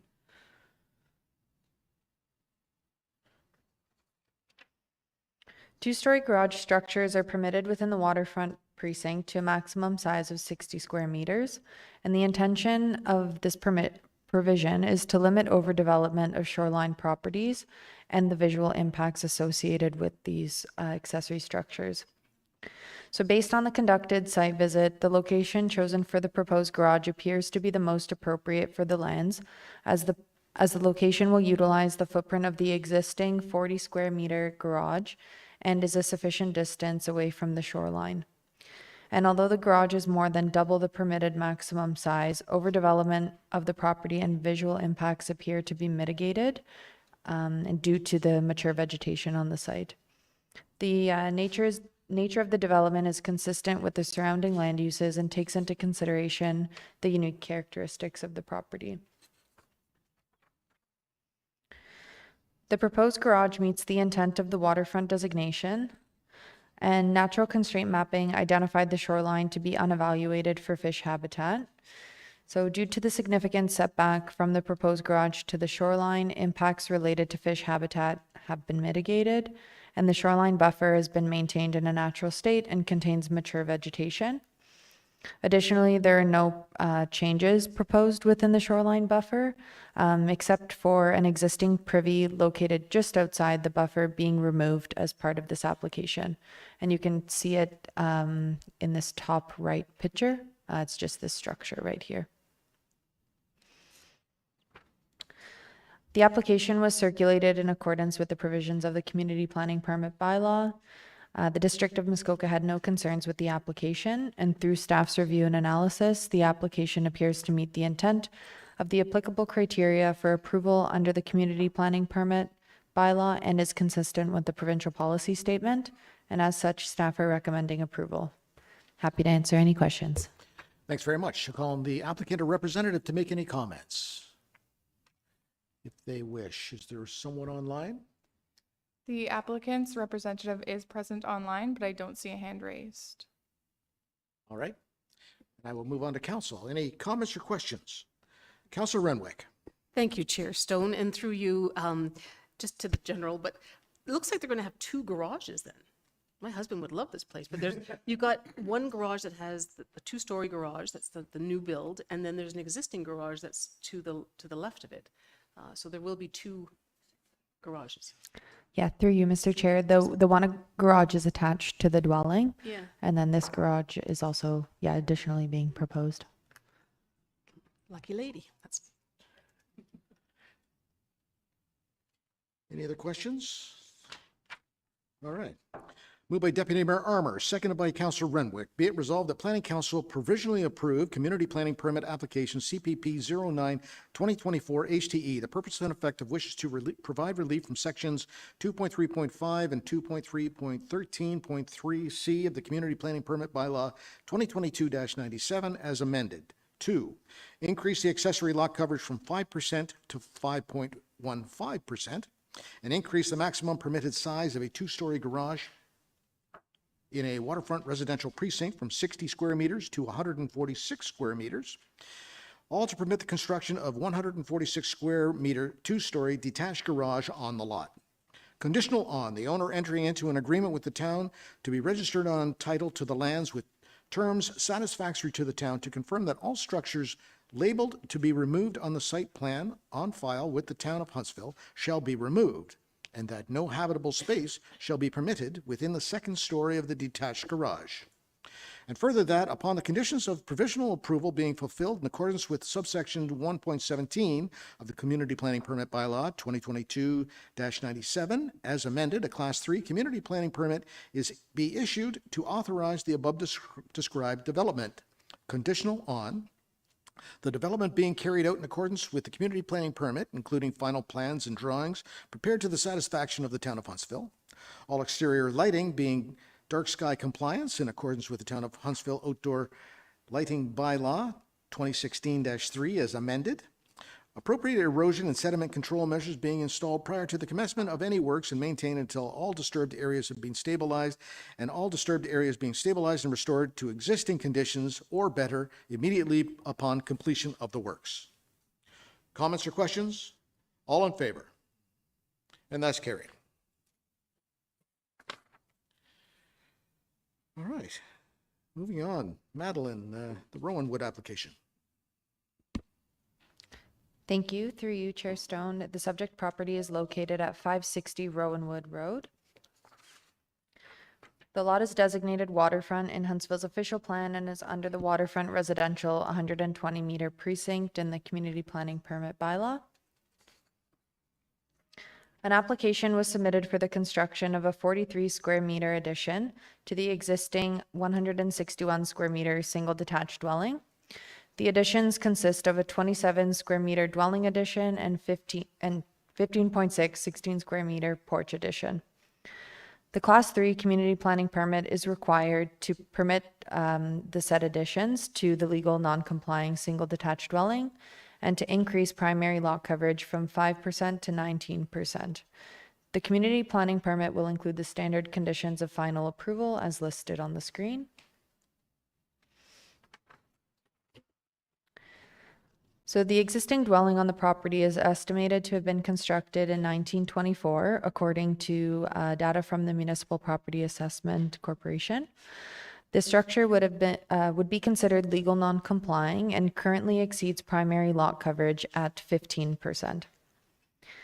The 27 square meter dwelling addition is intended to be a sunroom and will be consistent with the height of the existing first story. And the location of the proposed additions is clear of vegetation and flat, so no topography issues. And due to the lot size and configuration, development on the lot has been centralized to the area of the existing dwelling, and no accessory structures are being proposed for the site. And additionally, no natural constraints have been identified on the property. The property does not have direct water frontage. However, the property is within 150 meters of the shoreline of Lancelot Creek and in close proximity to the water, making the two functionally related and placing the property within the waterfront designation. The use of the subject lands for the addition to the single detached dwelling on the lot is in keeping with said designation, and the proposed development is cited accordingly and has been designed to match the scale and massing of the existing dwelling and does not overdevelop the lot. The application was circulated in accordance with the provisions of the Community Planning Permit Bylaw. District of Muskoka staff have noted no concern to the application, and through staff's review and analysis, the application appears to meet the intent of the applicable criteria for approval under the Community Planning Permit Bylaw and is consistent with the provincial policy statement, and as such, staff are recommending approval. Thank you, and I'm happy to answer any questions. Thank you. I see John coming down. Busy guy today?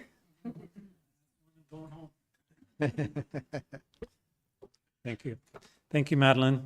Madeline has explained the application quite well. This is a unique piece of property. I remember seeing this years ago and just sitting out in the field and trying to figure out how could they create a lot just around the house. But luckily, Rob Birch and Francine Goulet have picked up the property and want to invest in the heritage features of that old home. And in that regard, they've come in with a modest addition to it that is in character with the area. There are no homes in close proximity, so the impact is very minimal. Steve Keeter owns a good chunk of the land around it and won't be impacted anyway. Septic has been looked at in that regard, and we concur with staff's recommendation to approve it. And thank you. I'm glad to answer any questions should you have any. Thanks. Great, thank you. It is an unusual one for sure. Council, questions? Seeing none. All right. Moved by Councillor Clark, seconded by Councillor Morrison. Be it resolved that Planning Council approve Community Planning Permit Application CPP 55 2024 HTE. The purpose and effect of which is to provide relief from sections 2.16.4 and 4.3.4 of the Community Planning Permit Bylaw 2022-97 as amended. 2. Permit a 27 square meter dwelling addition and a 16 square meter porch addition to an existing 160.5 square meter legal non-complying single detached dwelling, and to increase the primary lot coverage from 5% to 19%. And further, that the community planning permit be issued to authorize the above described development conditional on the development being carried out in accordance with the community planning permit, including final plans and drawings prepared to the satisfaction of the town of Huntsville, all exterior lighting being dark sky compliance in accordance with the town of Huntsville outdoor lighting bylaw 2016-3 as amended, appropriate erosion and sediment control measures being installed prior to commencement of any works and maintained until all disturbed areas have been stabilized, and all disturbed areas being stabilized and restored to existing conditions or better immediately upon completion of the works. Comments or questions? All in favor? That's carried. All right, Madeline, the Crestview Drive application.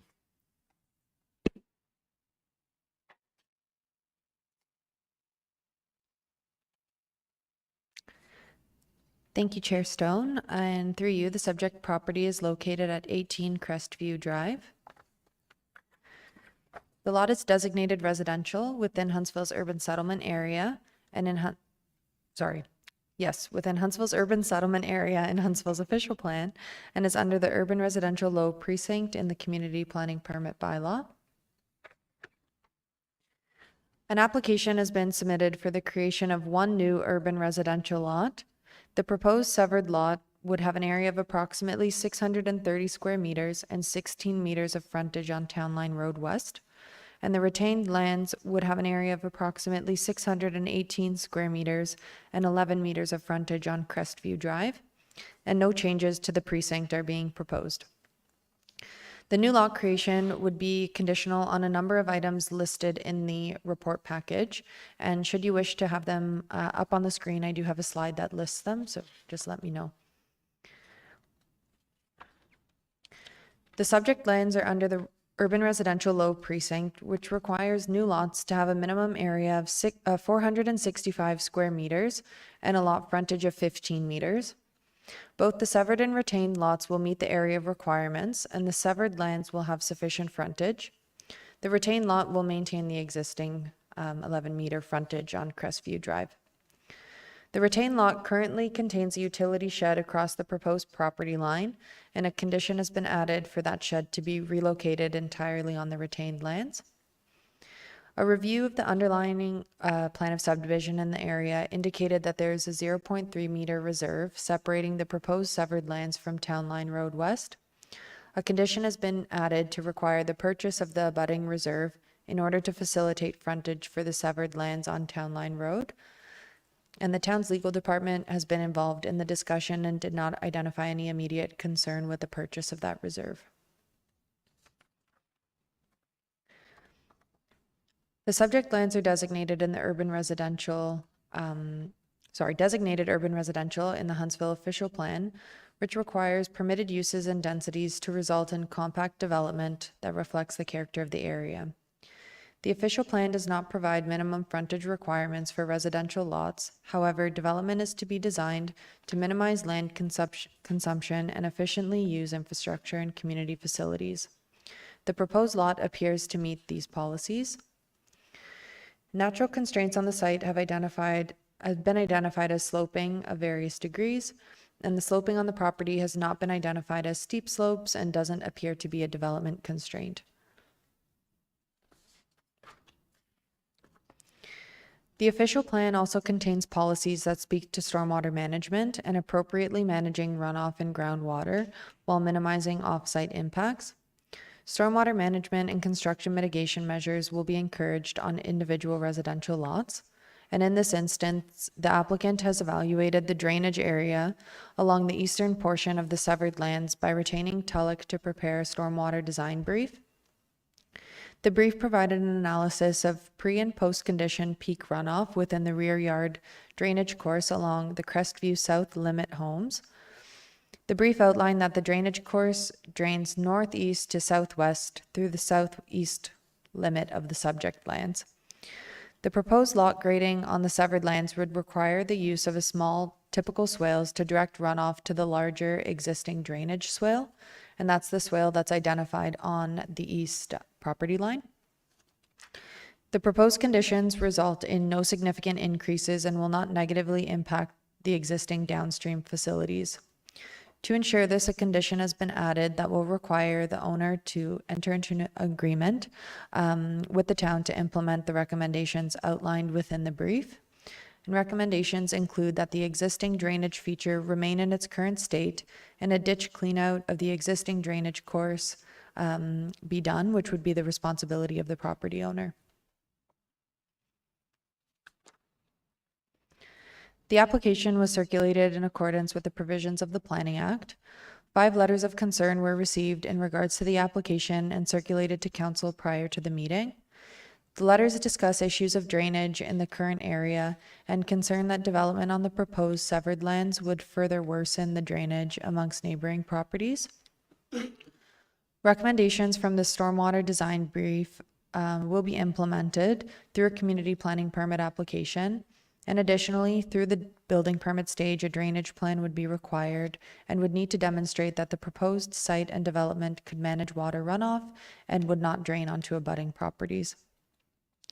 The town's operations department commented on the application, stating that all recommendations identified in the brief prepared by Tulloch shall be implemented by the applicant, and that any off-site work would require a road occupancy permit. And additionally, to facilitate an entrance off Town Line Road, an entrance permit would be required.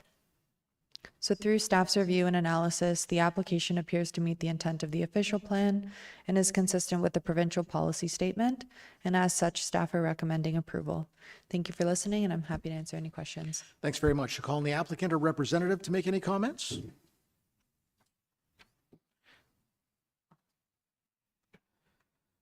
Welcome. Hi, my name is Glenn Vickery, owner of 18 Crestview Drive, Huntsville, P1H1S7. And some of the, talking to some of the neighbors, some of the confusion was that the entrance was going to be off of Crestview Drive, where in fact it's off Town Line Road. The sight lines on Town Line in the proposed lot are excellent from east to west. It's all in a flat area, so there's no obstruction or blind areas. So it's a really good entrance point to the property. And I think what was the key takeaway or the key concern was the water flow issues in the area, where in fact the plan addresses that in regards to one of the main condition of the lot going ahead is for the amelioration of the water flow, i.e. the main drain going into Town Line at the southeast portion of the property. The that would be trenched out and water flow would be ameliorated. So I think overall, it's, I can understand concerns with the neighborhood, but it would in fact be, in the long run, be a benefit because it would ameliorate the flow. All right. Thank you thank you very much. Council members, any comments or questions? Councillor Morrison. Thank you, and through you, Chair, and to you, Glenn. So I'm very much in favor of creating a lot there. It makes so much sense for all the reasons we always talk about. I do know I've had clients further down that road, as you probably know, Glenn, from being in the business, that have had a lot of flooding. So I guess in your opinion, Madeline, I read the notes on what was recommended. The brief isn't included from TELUC, but it mentions the notes of swales and everything else. Do you think, and it shouldn't be on you to fix the entire neighborhood's water problems, Glenn, but hearing that it might be an improvement, I think is great. And I think, Madeline, in your opinion, from a planning perspective, is there enough mitigation being proposed that would actually help prevent further problems down the road? Thank you, through you, Mr. Chair. Yeah, through a review, and I've reviewed TELUC's report with our operations department and had a chance to speak with the engineer who did the report at TELUC. And essentially right now that area isn't being maintained, so it is overgrown. And this would actually, provide an opportunity to have that cleared out. The lot is on the lowest point in the subdivision, so naturally the water should be flowing from, towards Town Line Road. So it does appear that it'll be an improvement to the existing situation. Councillor Clark. Thanks, Chair Stone, and I would agree with Councillor Morrison's comments. I guess I'm specifically, concerned about the effect it may have on Beechwood Path.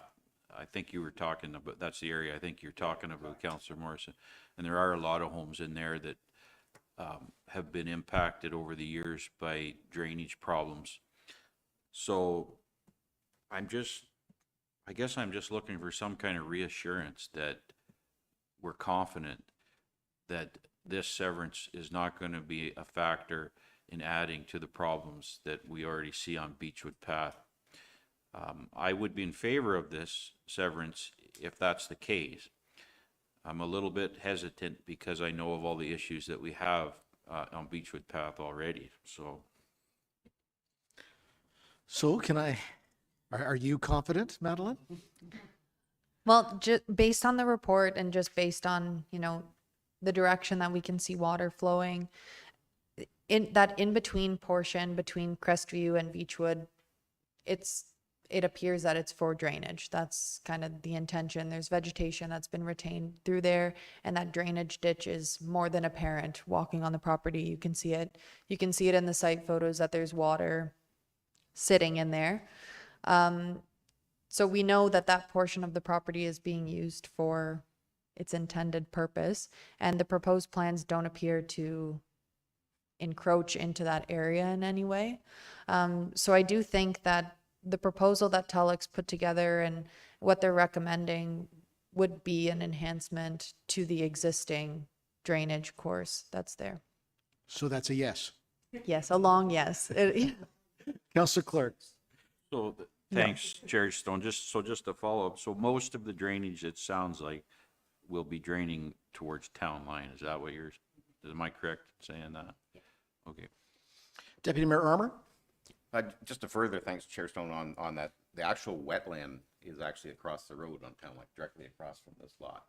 So it's probably just going to, as you say, increase water flow to get through to the wetland and maybe benefit them down the road. All right. You want to? Through you, Mr. Chair, just one more thing. Through the engineering drawings that we've reviewed, the actual conveyance of water is not going to be impeded. So there's not proposing any grade alterations within the existing path of flow.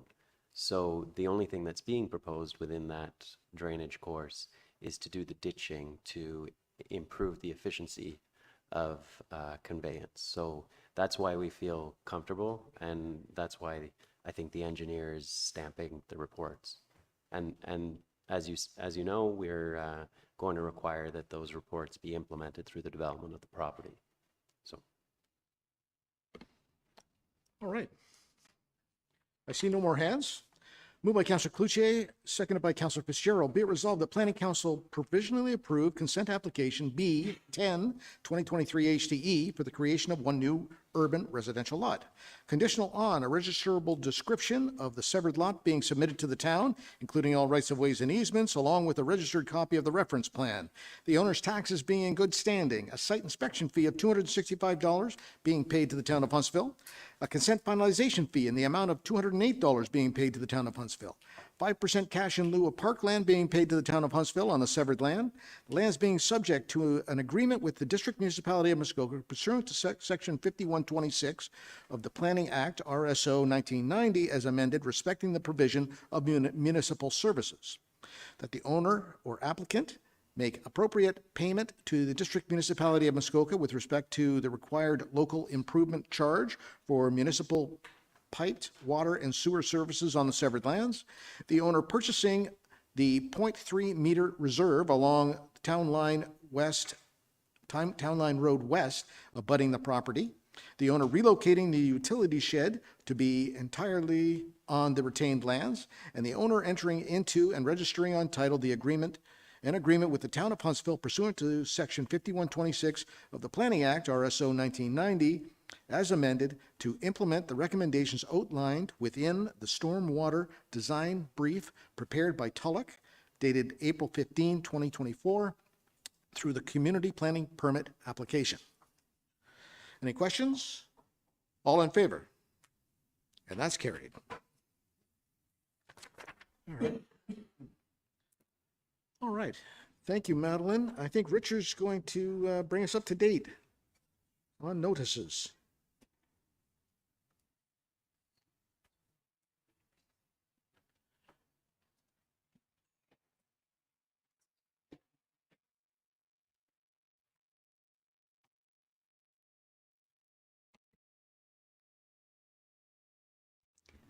Thank you. Through you, Mr. Chair. The report before you deals with an update to the Planning Department's notification procedure policies. As you know, this all got started because of the announcements regarding the discontinuation of print news in Huntsville. And one of the outcomes of that announcement was that there would no longer be an ability to share public notices in the newspaper. So one thing we initiated was an official plan amendment that would allow us to explore alternate notification procedures. Those alternate procedures were embedded, or the proposal was to embed them right into the official plan. And then we would be able to, once that official plan amendment was approved, come back to this council to talk about updating our notification procedure policies. So that's what's before us right now. The official plan amendment was, of course, approved by this council, and it was adopted by the District of Muskoka, and the appeal period for that official plan amendment has now come and gone, so that decision is final. So now we can update our policies. What we're proposing is to utilize the town's webpage as our primary source for notification to the public, and also the town's existing communication tools such as news notices and media releases. One thing that the province has also done in the meantime is they're actually proposing legislation changes to allow municipalities such as Huntsville, who no longer have print newspapers, to utilize their web pages. So that's a proposed bill, Bill 185. That's its second reading right now in the legislature. And if it is passed, we would be able to use our website. So we're a bit ahead of the curve, but that is what's being proposed province-wide, And we're now trying to, or suggesting that we utilize that for the town of Huntsville. So I think, I don't think there's, I guess the way it would work is we've made a distinction between a site-specific planning application or matter versus an area-specific planning application and matter.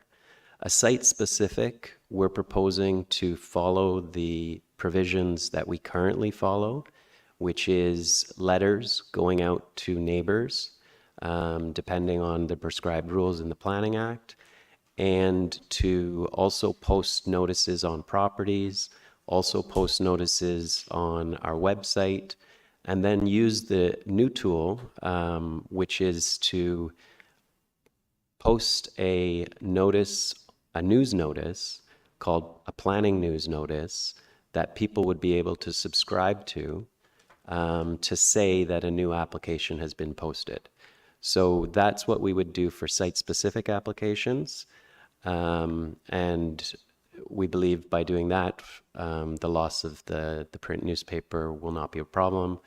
The real issue is for area-specific matters and applications, so for large things, town-wide things.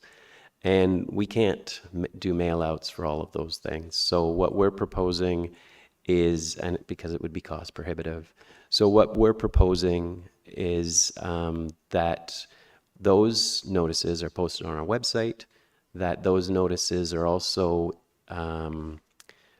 that we also construct a media release each time we have one of those. And the media release, as part of that, there would also be a email to everyone who's subscribed to our news notice, our planning news notices, as well as emails to everyone on our media list, and social media also. So we believe that that this will achieve the same ends, and that we'll be able to continue our transparency in terms of notice of planning applications of those broader files.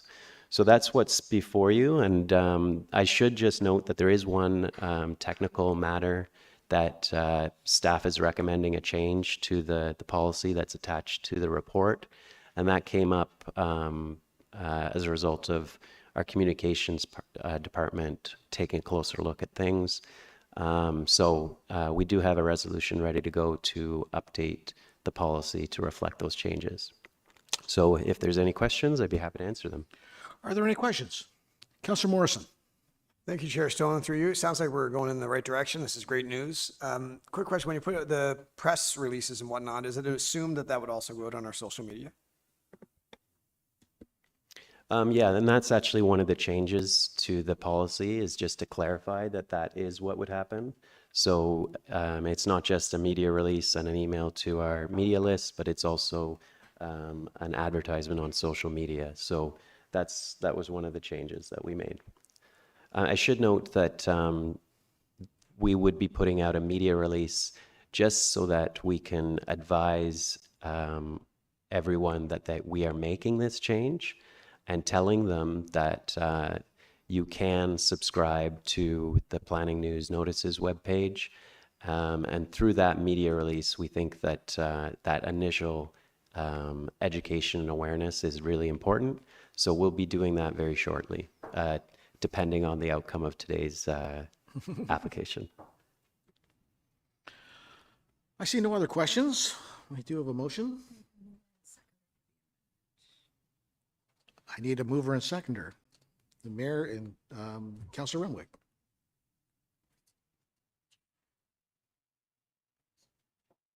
So this is the main motion? Main motion, moved by Councillor Fitzgerald, seconded by Councillor Cloutier. Be it resolved that Planning Council approve the updates to the provision of notice for planning applications and matters policy as attached to report DEV 2024-46, and further that resolution PC 25-13 be rescinded. That's the original motion. We have an amendment. Moved by Mayor Alcock, seconded by Councillor Renwick. Be it resolved that the following be added after report DEV 2024-46, with the following additional changes. Under the category of area specific, the words new notice and be struck out in the first bullet. The addition of the following paragraph being inserted before the notes legend. Media releases shall be posted on the town's website, emailed, handled by the town's communications staff to the town's media list as described in the media release protocol, emailed to planning news notice subscribers, and posted on the town's social media channels. Comments or questions about the amendment? All in favor? And that's carried. And the main motion is amended. All in favor? And that's carried.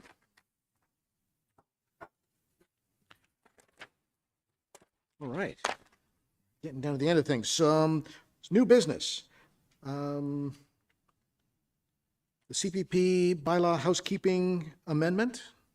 Did you want to speak to that? Yes, thank you. Through you, Mr. Chair. Very quickly, we will, as I just finished saying, as a result of that resolution that was just passed, we will be providing a media release to identify that we will be following a new public notification procedure. That should come out likely on, I think it's the 22nd it's scheduled for. And shortly thereafter, we will be posting a notice for a townwide community planning permit bylaw housekeeping amendment on the 23rd of May. And this amendment is to, we've taken a report to this planning council before to identify a number of additional cleanup things that we wanted to do with the bylaw. So this notice would be that bylaw amendment. There's a number of things that we're suggesting be changed. And as you heard today in some of our meetings, we continue to hear from applicants, planning consultants, that there are things that people are fumbling over. We ourselves, in implementing the bylaw, are noticing these things too. So this housekeeping amendment is to clarify and fix some of those things. The public meeting would be at our June meeting. So the idea is we'll put a notice out with that draft bylaw on the 23rd of May. And then at our June meeting, we would have a public meeting about those proposed changes. Cool. Any questions? Mayor Alcock. Thank you, Chair Stone, and thanks, Richard, for that update. Just a quick question. It's great about the proposed amendment coming forward around CPP. If people out there look at it and say, oh, the change that I was looking for isn't here, this doesn't negate future amendments, right? That, as you say, this is kind of an evolving process. Yeah, thank you. Through you, Mr. Chair. This is the second housekeeping amendment. It's not unheard of to do 2 housekeeping amendments a year with a new bylaw, especially a new complicated bylaw, which has a new mechanism like the community planning permit bylaw. I understand Lake of Bays did 2 a year for 6 years. So it's just about tweaking things to make sure it works the way we intended. And if through the consultation time frame, there's a 20-day notice period, any of those planning consultants or applicants notice that a change hasn't hit the nail on the head, they can let us know, and we can work on slightly tweaking it prior to bringing it forward in June. So that's what the notice period is for. Great. All right. And Richard, you were going to speak to the cloud permit, I think. Yeah, I was. Thank you. Through you, Mr. Chair, the next new business item is relating to cloud permit. So as many of you know, we already use cloud permit for building permits and our bylaw enforcement program. Planning has also been working with cloud permit to launch a planning version of the tool. So this would be a way for residents of Huntsville to make digital or applications to the town using a digital portal. It also would allow the, so all submissions, applications, materials would be provided online. Staff would be reviewing things online. Any comments staff have would automatically be visible to applicants. So it's a way of making our planning process more efficient, modernizing it to use a more helpful tool so that we can do more things in one place rather than having to use multiple tools. So we're very excited about it. The launch date is scheduled for June 3rd. So that would also be something covered in the media release I told you about. So as of that date, we'd be receiving applications of all types through Cloud Permit. One thing we're doing is we're doing training for the community. So the news release would also cover that on June 5th, we have a representative from Cloud Permit who's going to be doing a presentation on how it works. And people can sign up for that to learn more about it. More information would be in the media release. And we're also updating our webpage to provide more details on how it works. And the media release would cover that content also. So, Will we still be able to come in with some paper and talk to people? it's a good question. So through you, Mr. Chair, we would be getting rid of paper applications, but as with the building permit process, the counter is open. Anyone could come in if they're having problems with the application, and we'll have a computer terminal set up, and we'll have staff available to help those types of applicants make an application through Cloud Permit. Excellent. Thank you. Any other questions? All right. Well, we're getting to the end. All right. Moved by Councillor Morrison, seconded by Councillor Clark. Be it resolved that confirmation bylaw 2024-43 be received and passed this 15th day of May 2024. All in favor? And that's carried. And finally, moved by Councillor Renwick, seconded by Deputy Mayor Armour. Be it resolved that we do now adjourn at 3:47 p.m. All in favor? And that's carried. We're adjourned.